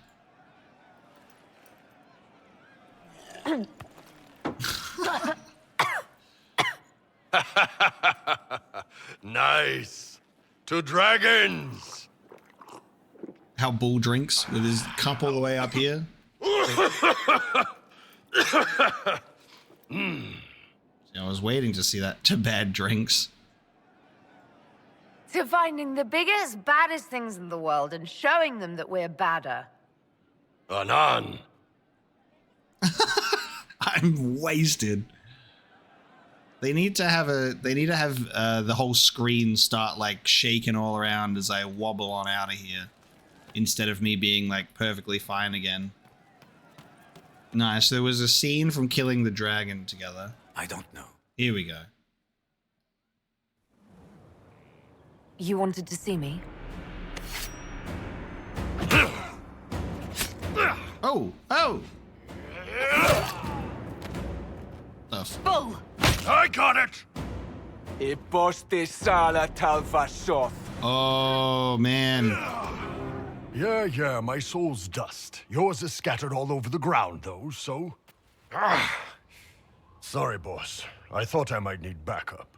Guess I'm not even worth sending professionals for. Jeez. We've just permanently put a mark on his back. You knew the assassins were coming? Little change in the guard rotation tipped me off. Why didn't you tell me ahead of time? You go through years of Ben Hasrath training to hide facial expressions when I wasn't looking? See? Like that. If I'd warned you were the guards, the assassins would have been tipped off. Are you all right? Fine. Hurt myself worse than this fooling around in bed. What if they used poison?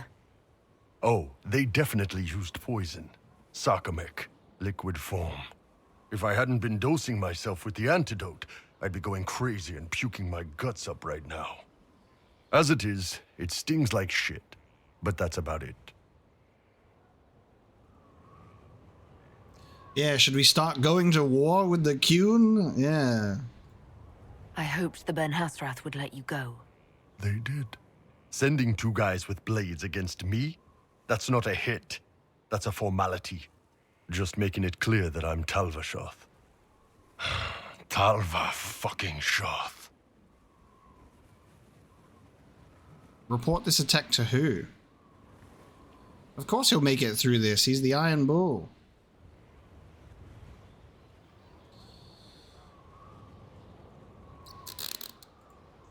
Tell Cullen and Leliana what happened. We'll tighten security. Will do, boss. Boss, whatever I miss, whatever I regret, this is where I want to be. Whenever you need an ass kicked, the Iron Bull is with you. I really appreciate that, especially you can tell that he's really annoyed that he's been branded Talvashoth, but his men were important to him, and so is the Inquisition. Seemingly and hopefully, especially with the fact that, you know, he is also apparently a liar. Has Cullen moved? This is where Cullen usually is, right?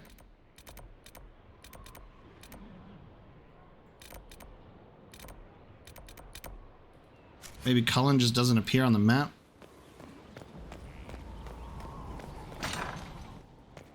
Oh no, Cullen's like underneath this.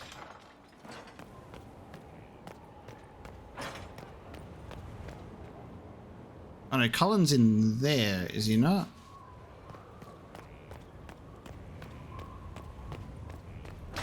Just not on the map.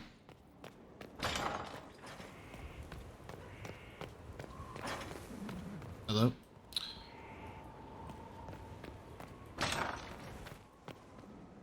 Oh, hang on. Cullen's not here. Inquisitor, if you're looking for the commander, he's gone to speak with Seeker Pentecost. Oh. See why Cullen and Cassandra are meeting.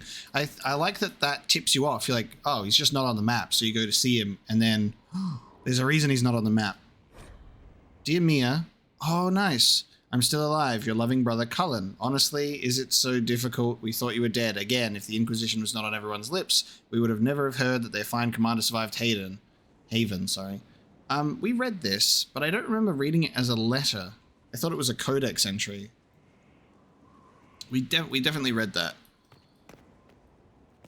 They've given us multiple opportunities to get that letter, I think. Where are they meeting? Oh, I guess I just speak with Cassandra. Ah, cool. Yeah, I guess we just speak with Cassandra, and then that should play. Perseverance. Alright, we got a little bit of stuff happening. Inquisitor.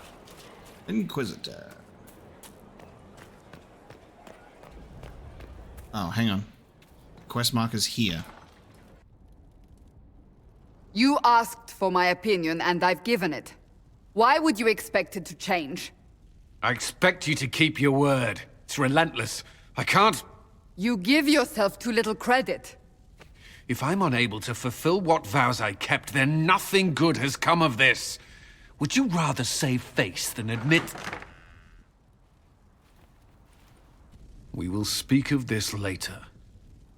And people say I'm stubborn. This is ridiculous. Cullen told you that he's no longer taking lyrium? Yes. Let me pick the options. Let me pick the options, game. Hello? Okay, can I still press the numbers? Yes, he trusted your judgment on the matter. He was not interested in my judgment today. Cullen has asked that I recommend a replacement for him. I refused. It's not necessary. Besides, it would destroy him. He's come so far. Okay, I can't pick these options. I have to press the numbers. Why didn't he come to me? We had an agreement long before you joined us. As a Seeker, I could evaluate the dangers. Cassandra, did you refuse Cullen's request because he's wrong, or because you want him to be wrong? Mages have made their suffering known, but Templars never have. They are bound to the Order, mind and soul, with someone always holding their lyrium leash. Cullen has a chance to break that leash, to prove to himself, and anyone who would follow suit, that it's possible. He can do this. I knew that when we met in Kirkwall. Talk to him. Decide if now is the time.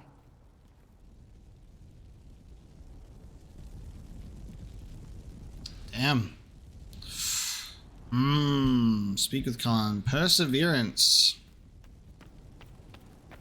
We're really helping him, like, either fall back into lyrium, or are we trying to make sure that he can persevere and be a shining example to everyone else? Maybe. Excuse me, guys, coming right through. Hello. I've got a Cullen to meet.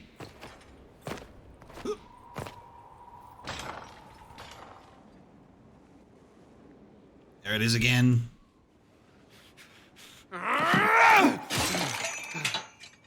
Maker's breath. I didn't hear you enter. Forgive me.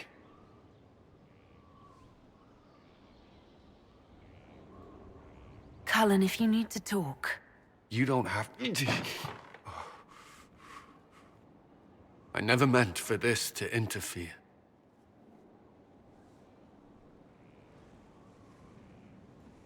Are you going to be all right? Yes. I don't know. You asked what happened to Ferelden's Circle. It was taken over by abominations. The Templars, my friends, were slaughtered.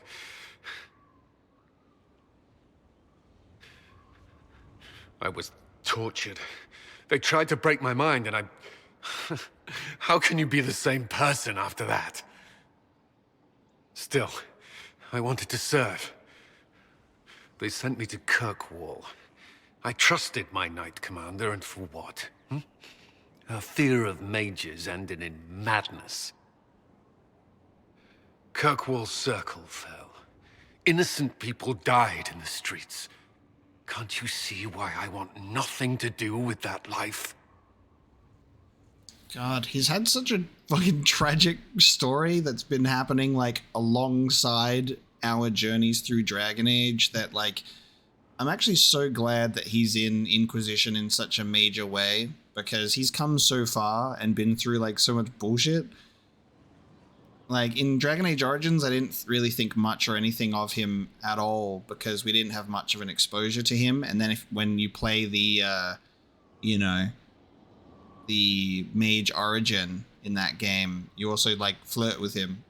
And then he runs away. And then Dragon Age 2, he's kind of like this surprise appearance that I'm like, oh, wow, he's around and doing something else now in Kirkwall. And then a surprise even still of him showing up again in a different position. But it makes sense that he's been bouncing around. Of course I can. Don't. You should be questioning what I've done. I thought this would be better.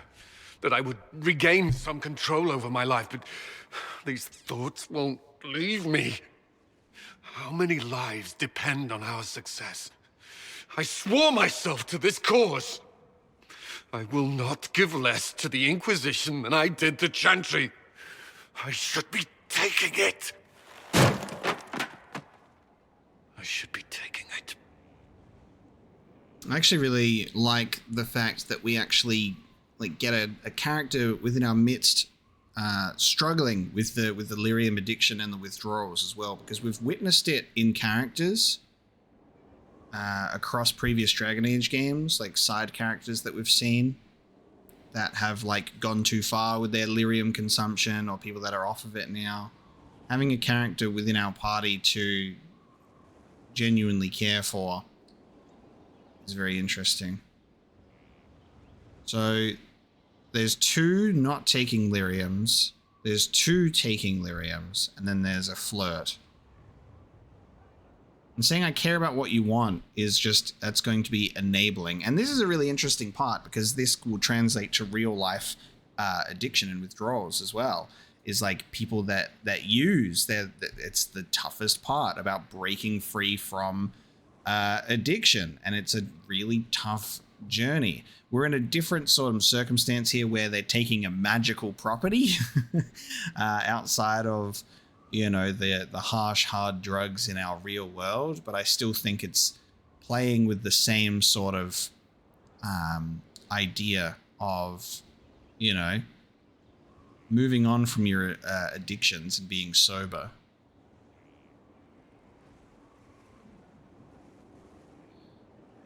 And I think it seems that there's one that's much harsher of not taking lyrium, and one that's saying he doesn't need it, as in to be, you know, the person that he wants to be for the Inquisition. Which is why I think I want to choose like this one, but I'm wondering why that there are 2 options for each of them. Like if one has a different outcome.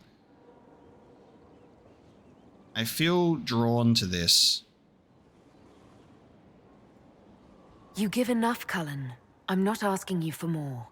The Inquisition can be your chance to start over, if you want it to be.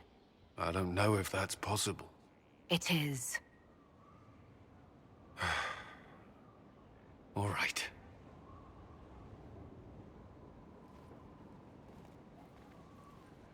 Good thing he destroyed his little lyrium set. Lyrium play set. 400 influence. He's picking up the pieces. Stop picking them up. I need a moment. Could we speak another time? Okay. He's going to repair his lyrium set. Should we speak to Cassandra as like a follow-up?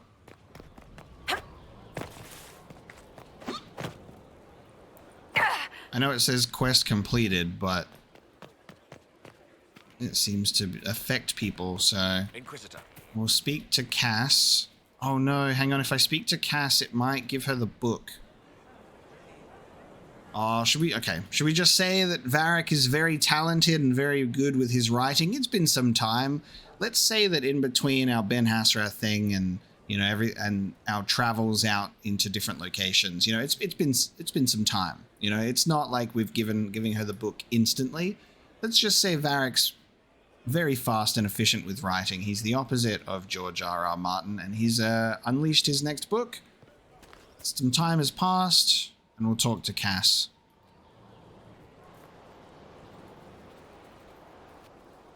What have you done now? I get it, Seeker. You're still sore after our spat. I'm not a child, Varric. Do not suggest I'm without reason. A peace offering. The next chapter of Swords and Shields. I hear you're a fan.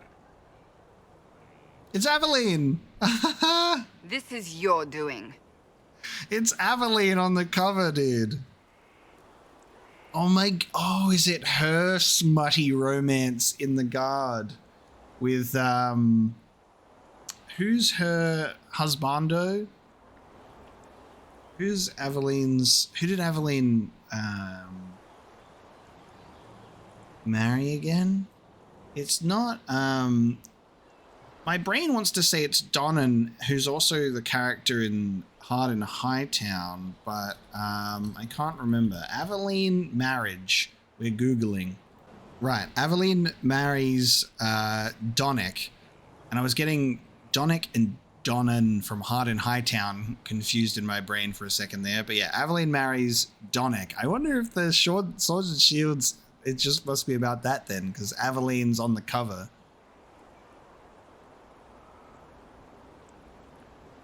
Oh, yes. Do you really think I'd miss this? Well, if you're not interested, you're not interested. Still needs editing anyhow. Wait! You're probably wondering what happens to the Knight Captain after the last chapter. Nothing should happen to her. She was falsely accused. Well, it turns out the guardsman... Don't tell me! This is the part where you thank the Inquisitor. I don't normally give sneak peeks, after all.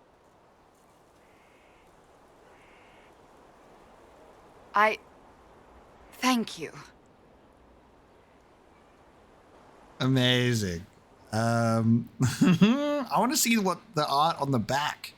There's like a freeze frame where there's some artwork on the back of it too. This was everything I'd hoped. I know how you feel.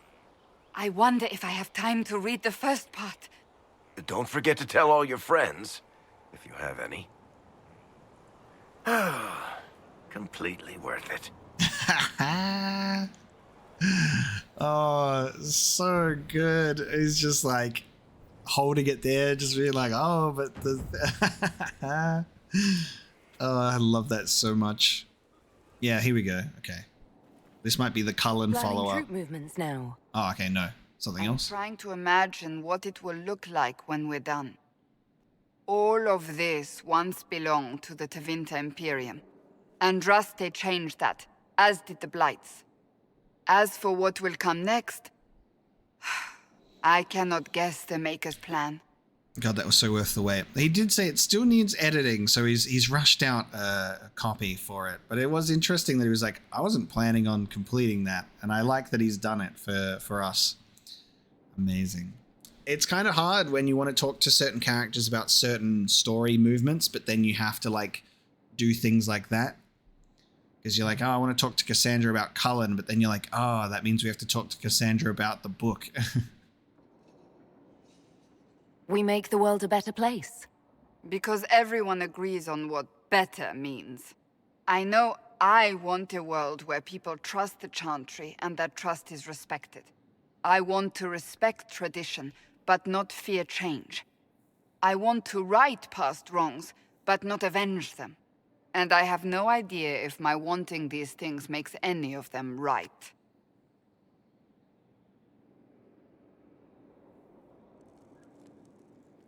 Even if they're not right, they're certainly admirable. Some would disagree. They would call it heresy. That didn't sound like the ravings of a heretic, Cassandra. Perhaps not. But it takes precious little effort to paint even an act of compassion as damaging.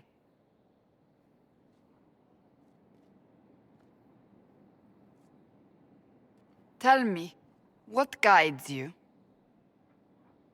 You make decisions that shake the world, yet always seem so assured. I wish I had your confidence. I'm never assured in my big choices. I sit here and rattle around my pea brain for ages trying to figure out what happens. You almost sound like you admire me. I absolutely do. I may not always agree with your decisions, but how many could do what you have done? You were a prisoner, accused and reviled, yet you've emerged from every trial victorious.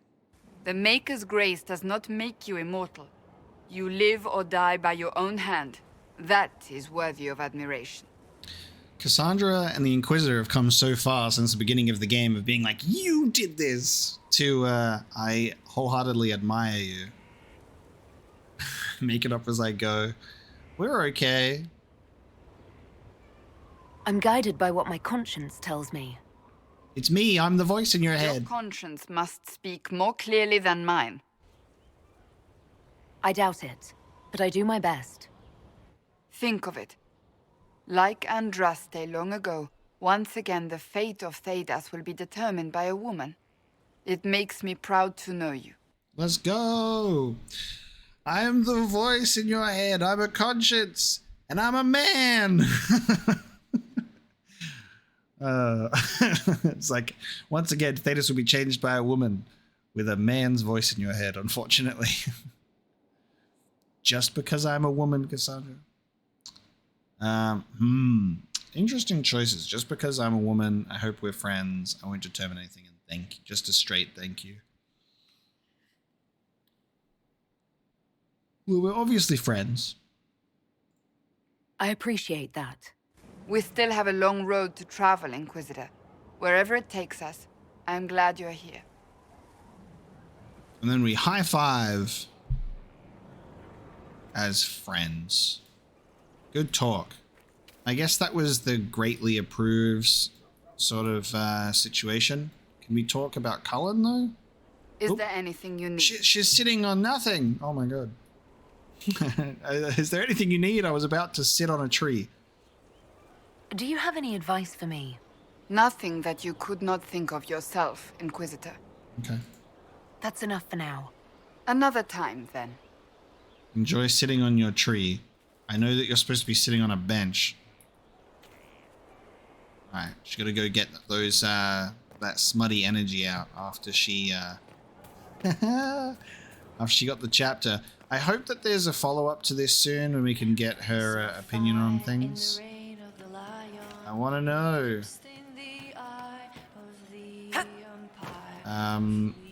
Oops.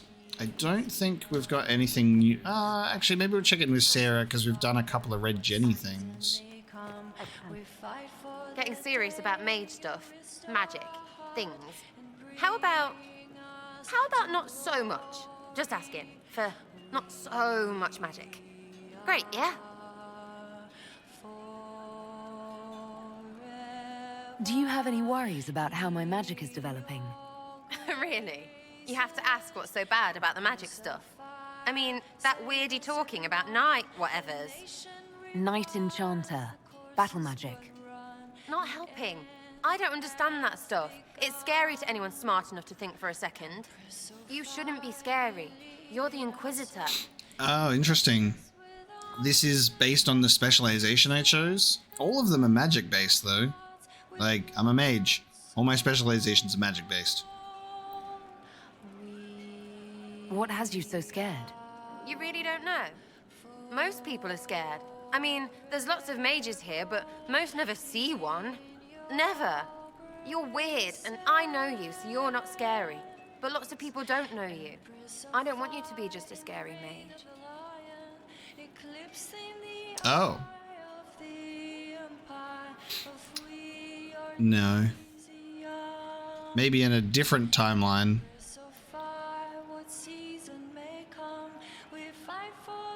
I feel like she would benefit most from a roguish romance, not a magic one. But it would be interesting to see her be like scared of magic, but to romance a mage. Don't be silly. I'm not that scary. Real funny. Fine. I'm fine with it. Be scary and a shit. I'll be back if I need you. Go on.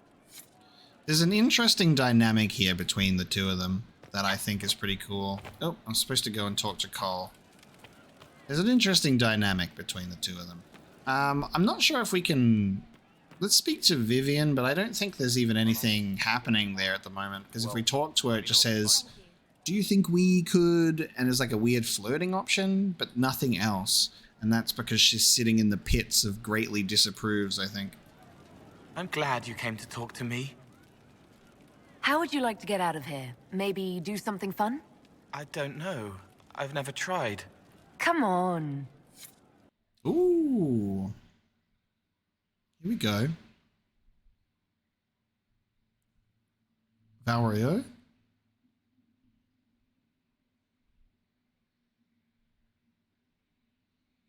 Yeah, okay, interesting. Inquisitor, you honor us with your presence. Will you be dining alone, your worship, or will others be arriving later? Oh, that's interesting. Yeah. He's remained invisible. We're having a invisible dining session. Who can tell these days? I didn't even realize I was alone just now. Very good, your worship. Right this way, please. Very good, yes. I don't understand what you're saying, but very good. Big cheese wheel. Can we eat one of those? Please enjoy your meal this evening, your worship. You can tell her. She'll laugh and then do it because she loves you. She wants to make you happy. Oh. You needed help? She'll laugh and then do it because she loves you. Huh. Anything you'd like to share? He wants his wife to tie his hands to the bedposts. Ribbons. He worries she'll hate him. She only said it because she was jealous of your shoes. Remember his hand on your waist as the music swelled.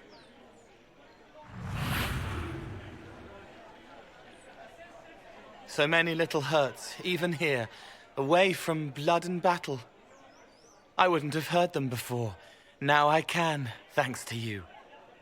It's his interesting little thing where he goes, man, let's see if I can just mend this thing real quick. And then he disappears and they forget about him, but they remember the advice. It's very interesting. So you help them with a few whispered words? The right words. Plus what I am, a little of me making the happiness stronger, so the pain fades. I don't steal the pain. The nightmare demon at Adamant did that. It made them less so it could grow. I help them heal. They never need to know I was here. You've made me better. Oh, that's really nice. It was my pleasure. Remember old Maurice, too proud to forgive, gnarled hands clutching the back of an empty chair? Find another path.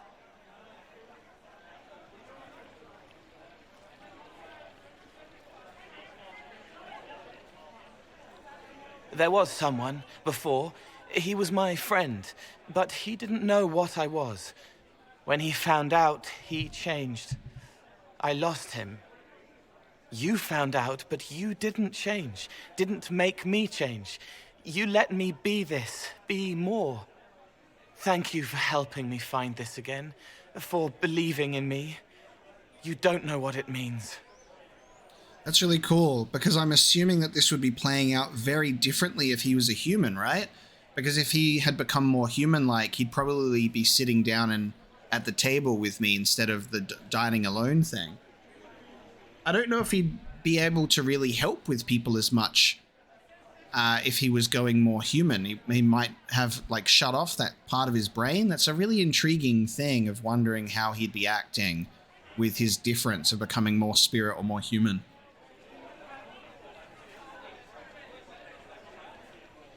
Not really, no, but you're welcome regardless.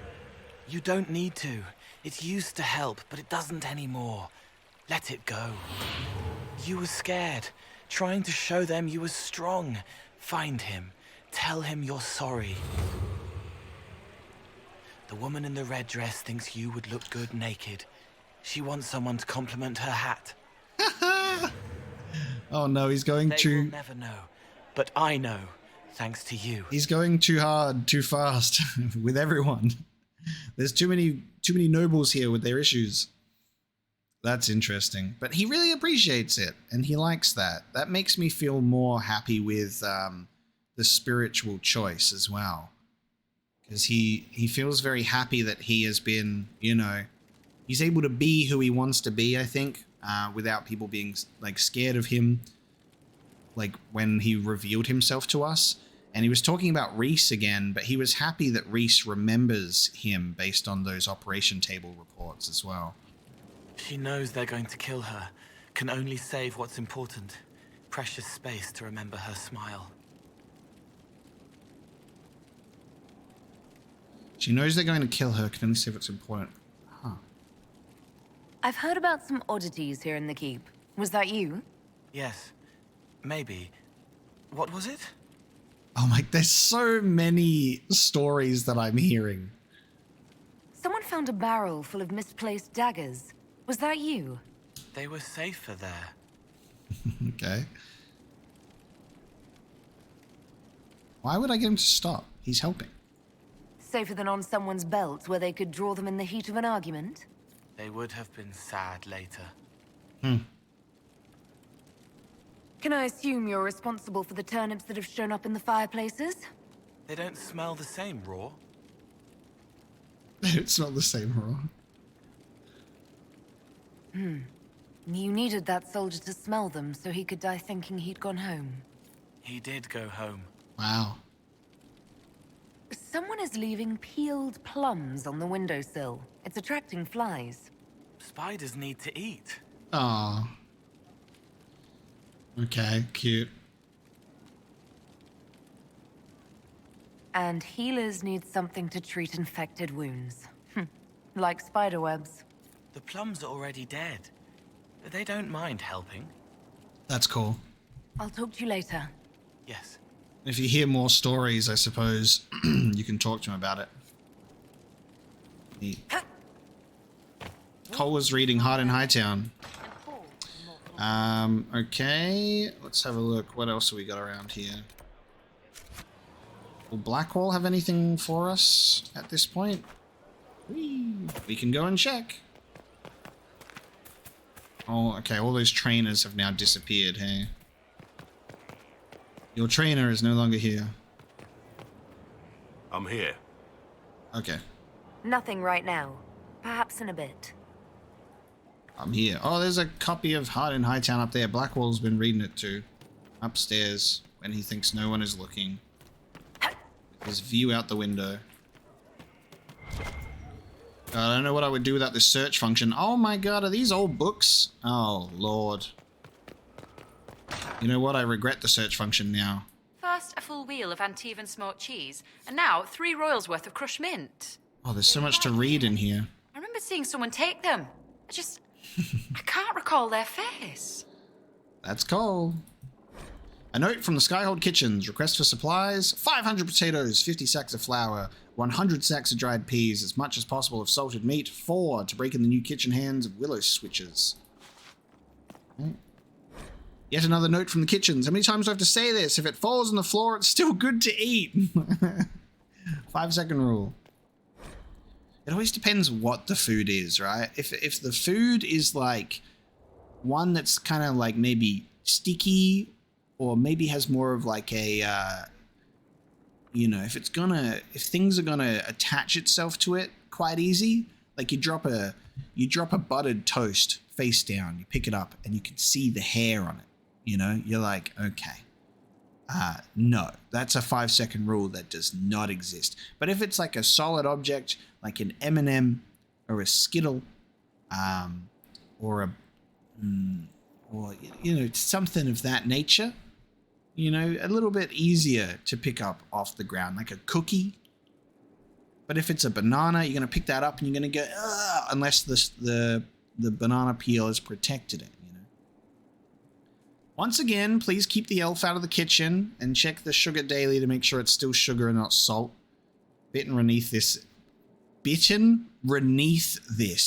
I can't believe that just came out of my mouth. Am I having a stroke? Beneath this is written, wow, try keeping this out, followed by an arrow pointing toward a crude drawing of a phallus. Okay, Sarah. Amazing. Oh, that looks delicious. I love having a stroke when I read something. That's great. Anyone smell burned toast? If I ever find out who put the turnips in the fireplace, I will personally feed them into the meat grinder. Okay, we've gotten some Cole and Sarah stuff happening here. Funny. I think I'm in a part of Skyhold I haven't... End of it. I can store an army. What is this? Oh, I'm in a part of the Skyhold that I haven't been to before. Oh, this is all my stuff. This is all of my, this is all of the drinks I've been finding. Oh my god. I'm storing it in my own wine cellar. That's cool. I'm storing all of my drinkies. Someone want to clean up these cobwebs? I've always wanted to try like a superbly aged liquor. I don't think I ever have. That's like something on my to-do list. Seeing like those barrels makes me think of that. Like, I want to try like a really aged wine. Oh, I'm here now. What the fuck? I'm finding out where things connect to. I didn't even see this. Every time I have walked... Wow, look at this. Every time I have run through these doors and just gone straight through. Basically, because it's... Oh my god. It's a little bit in darkness, but... There we go. Tucked away down here. Look at all these books in here. Oh. I mean, it's like a little ancient library. Oh, I thought these were all hard in Hightown copies. This is much better. Some are. There's a lot of reading to be done here. Okay. Let's just start at the beginning. Reading. Oh. I've already read that, I guess. Reading. The First Blight, Chapter 2. People today have little concept of the consequences of the second sin. Oh, believe me when I say that when asked, pious chantry-going folk will curse the use of foul magic, spitting and snapping their fingers, but none live today who actually remember the horror that was unleashed so very long ago. Whatever records might have existed regrettably did not survive the chaos and ignorance that was to follow. We have only the tales of survivors handed down through the murky ages and the dogma of the chantry to instruct us, and that is precious little indeed. I believe I am not understanding when I say that the second sin unleashed the bane of all life upon Thedas. The Darkspawn are more virulent than the worst plague, a heartless force of nature that came into our world like an ill wind. We know from accounts of later blights, as these Darkspawn invasions came to be called, never has more appropriate name existed, that the Darkspawn spread disease and famine where they tread. The earth itself is corrupted by their presence, the sky roiling with angry black clouds. I do not exaggerate, my friends, when I say that a mass gathering of Darkspawn is an omen of dread cataclysm. It is said that those cursed magisters who became the first Darkspawn scratched at the very earth to find solace in the darkness of the dwarven deep roads, and there in the shadows they multiplied, whether by intelligent design or by some last vestige of worship in their minds. They attempted to locate the old gods they had once served. They found what they sought, Dumat first among the old gods, once known as the Dragon of Silence before the Maker imprisoned him and all his brethren beneath the earth for the first sin, usurping the Maker's place in mankind's heart. The slumbering dragon awoke, freed from the Maker's prison by his twisted followers, and became corrupted himself. Dumat was transformed into the first archdemon, his great and terrible power given will by a rotting, unholy mind. With the Darkspawn horde following, Dumat rose and took wing in the skies once again, bringing ruin to the world the Maker had created. The old god had become the eye of a dark storm that would ravage the entire world. And what happens once we have enough blights that go through all of the old gods? You know what I mean? Is that the Maker's plan, that when he cast us in here, created the Darkspawn and had this sin, that he went, atonement for your sins will be reached when you have gone through all of the archdemons, you know? And that could be ages from now. And that is very interesting that Tevinter were using the Grey Wardens. Obviously, we know that it was just a manipulation tactic because he serves Corypheus, but it is a very interesting method of, let's go and go down into the deep roads, find the old gods ourselves, and destroy them. Right? We know that that wasn't going to happen. If Tevinter Mage was working with Corypheus, they would probably awaken them and utilize them. But an interesting thought nonetheless, that you could prevent blights before they happen, maybe. Rush the process, which feels unnatural. And if the Maker is real, and if the Maker is casting us and creating Darkspawn for our sins, that would certainly be like a cheating method of defeating them all. The Pyramids of Parvolan. The island called Parvolan was the first land in Thedas to be taken by the Qunari, and has been held by them ever since. But while the Qunari have raised their own marvels on the island, the famed city of Kunandar comes to mind. Parvolan had a rich history before the Qun ever came to its shores. Tear your eyes from Kunandar's wonders and look instead to the jungle. There you'll see the ruins of vast cities that proclaim in silence, "We were here." Parvolan's distinctive pyramids, looming from the overgrowth, have remained largely intact, even if their intended purpose has been lost. They do not seem to be tombs, though some chambers contain bodies that have been carefully preserved. Amazingly, the pyramid's proportions are mathematically perfect. Since their alignment is so precise, one suspects they served some scientific purpose. Observatories, perhaps? Anvan Therastes have observed that the shape of the Parvolan pyramids seem perfectly to match the constellation Solium. We know more of the pyramids than we do of the humans who built them. The Qunari came to Parvolan as conquerors, but there is no history and little sign of battles fought on the island's shores. A civilization that could build such vast cities would surely have defenses, armies, perhaps weapons alien even to the Qunari. So why is there so little proof of resistance?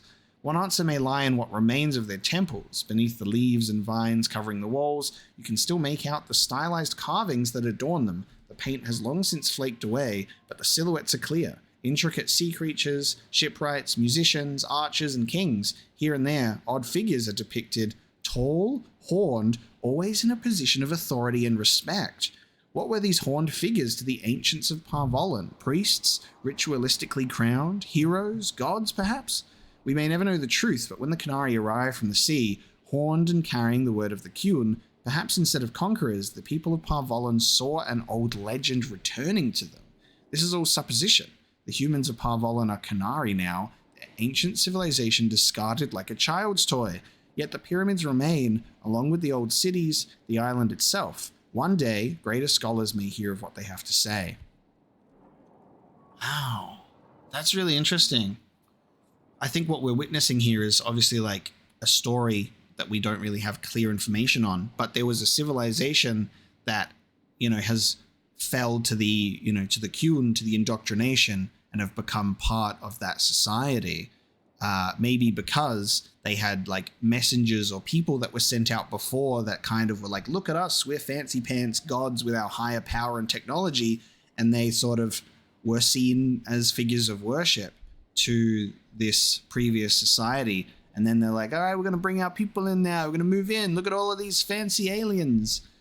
We've got aliens and ancient Egypt in here, guys, with the pyramids.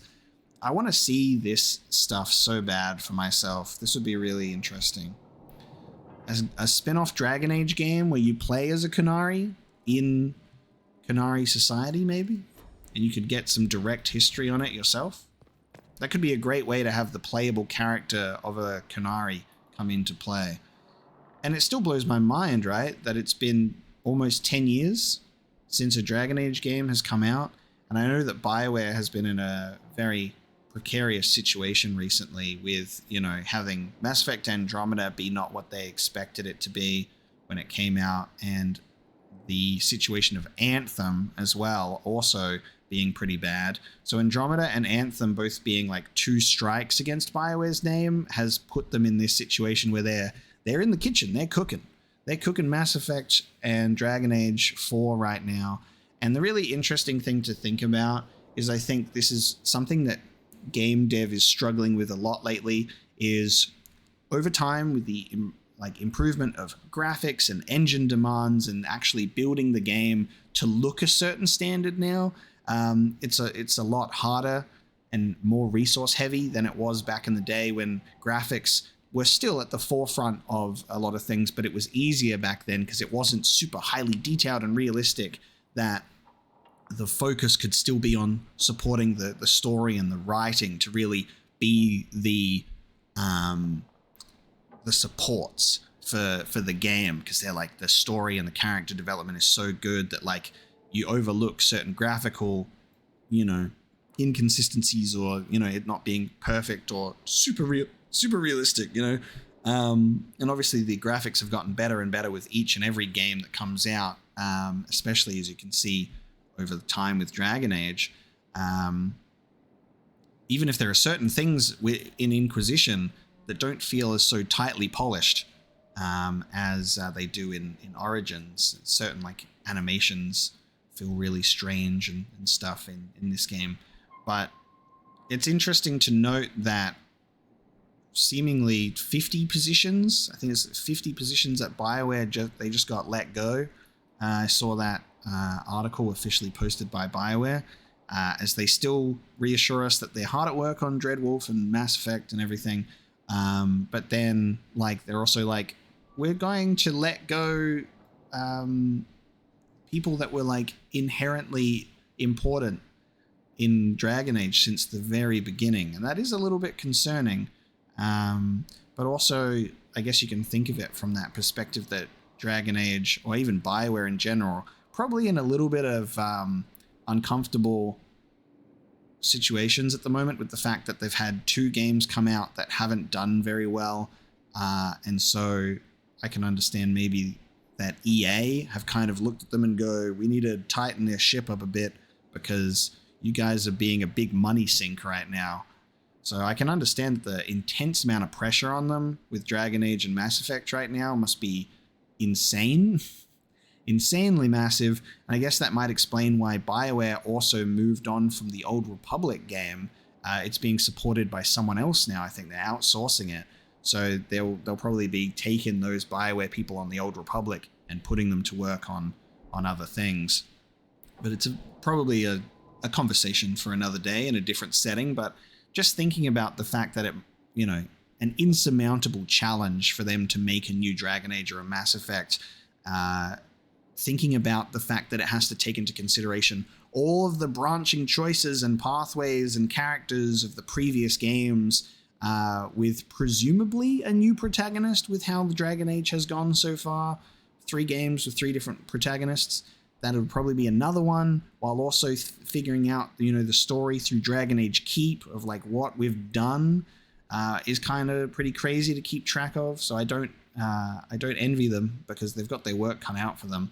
And then Mass Effect, I guess we have no idea how that's going to carry on the story of the previous trilogy, and even maybe Andromeda. Like, who knows?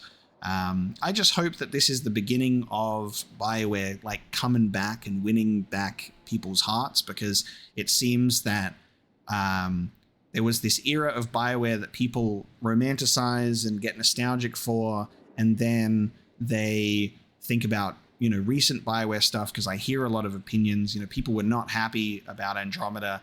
They were not happy to see me play it either, but I enjoyed my time with Andromeda for the most part. We all know how Anthem has been handled and how that one went.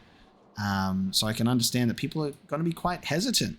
We haven't had, I guess people haven't had a massive BioWare release that hasn't been in hot water since Inquisition. But even then, I have a lot of people that, you know, didn't enjoy Dragon Age 2, and to an extent might not have enjoyed Dragon Age Inquisition that much either.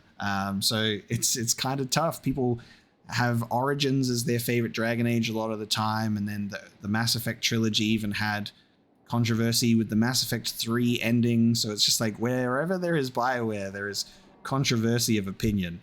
It's just a messy pot, because everyone's got different tastes and different interests, and in worlds created by BioWare, there's a lot of room for that sort of headbutting on different things that we love about different games. But at the very least, I've been enjoying my time through all the BioWare games that I've played.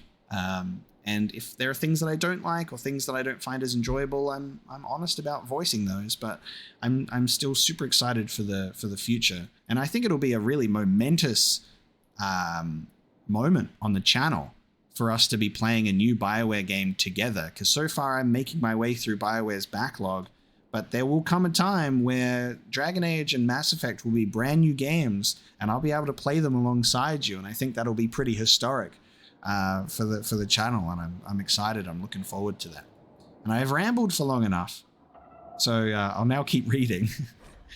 The Folly of General Not Sheraton. 5. In the days that followed, to avoid scandal, the appointing of Not Sheraton was claimed a grand tactic of the true general, who must have orchestrated the whole affair from secret. From secret, meaning the cloakroom. Not even his own attendants knew his face, and they would have had the guard whisk him to jail for trespassing. But with his mask restored and wary of embarrassment, the general was merciful with Not Sheraton, imposing less than half the prescribed lashes and sparing her and her lord the gallows. They were allowed to leave Orlais on the condition that Not Sheraton was henceforth her name. Okay. One more over here through the cobwebs. What is green? I imagine I should present to you an object which to my mind is of indisputable greenness and ask, does this thing appear to you to be green? Naturally, you might say that it does, for you have come to recognize the appearance of the color of the object to be green, associating the word with what your eyes see. But could it be my understanding of green differs entirely from yours? What if, perchance, you could see into my mind? You might realize that all things that I name green are actually red in your understanding. Ah, without the moorings of objective truth, we are set adrift in oceans of solitary experience. The promising opening to a lecture given by Carsten Groke, philosopher poet at the University of Orlais. The lecture's quality dropped significantly after this point and ended quickly when Groke subjected audience members to a poorly constructed ode to chartreuse. He fled from the auditorium under fire from the students armed with overripe red tomatoes. This is such a neat touch. When they experience and explore the concept of color blindness in Dragon Age, and how color is on a spectrum. That's very interesting. All right, I liked that we've finally discovered this place. Has that taken me long enough? Apparently so. But we found a very rewarding little library in our wine cellar here. And then this is the kitchen. And that leads to where Josephine is. Okay. It's a very neat part of Skyhold here. And with that one, we're going to check the war table. And that'll bring our episode to a close. Josephine, sit back down, babe. We're going to check the war table, see everyone's completed quests. We got carried away with everyone at the war table, in Skyhold. Because I thought we were going to do some off-screen collecting of things, and then the quest happened in Storm Coast, and then it just derailed everything, but I don't regret it, because it's been nice. Minister Belize, Inquisitor, I have the time and place of the Marquis party. You must find a way to speak with Minister Belize privately. about ratifying the Duparaket's return to nobility. It is the last step we need. She holds the success of this entire endeavor on her hands. I guess we've got a mission to do now. I get that we have to, like, pick Ferelden and Orleg when we do this, but I wish that I could just scroll over to the other side without having to, like, exit. Still 2 hours to go on that one. The big one? Inquisitor! Inquisitor, our people have flushed out something big and stubborn. You are seeking a mount that spoke to the tenacity of the Inquisition, and this... Frankly, I'm not sure what this says, but it is definitely a mount, and it is definitely tenacious. I'm not sure what to say, except that the stables now have a new resident, and to echo the report from our people, that is one big nug. Okay, we got a big nug on the job somewhere. Okay, amazing. Thanks from a Chantry sister. With rifts contained in the area, we can send in smaller groups to offer relief. I agree. Are you well? A headache, nothing more. Oh, Cullen, I hope you're okay. Get this man some painkillers. Josephine on this one, I think. Having a reliable ally in the capital's Chantry. At your service. So I remember reading that, and we only had Cullen available. So we'll have Josephine do that one. And now... What can Cullen do? As I think I wanted Leliana for Red Jenny. We might only have resources available, I think. At this point in time. Go get some new resources from this place that we haven't been to yet. There you go. To work? Send you on a job. Perfect. And that'll bring our episode of Dragon Age Inquisition to a close. Thank you so much for joining me today. Next time, we will certainly figure out something. There's still more for us to do.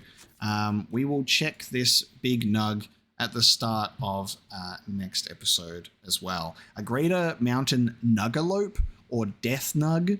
It has hands, it handles things. That's hitting me worse than anything else. What the ever-loving spit. Can't argue the impressive stature of the thing, and it's stubborn, like the most entitled charger. It knows how strong it is, and it knows you know. I expected the dull snuffling of its small cousins, but this... It has hands and spirited eyes. Mind where you secure the buckles of your saddle. I expect it will let you know when it tires of suffering you on its back. Not that it tires. Hands. Hands! Okay. We will see what that looks like next time. Thank you so much for joining me, everybody. I'll see you then.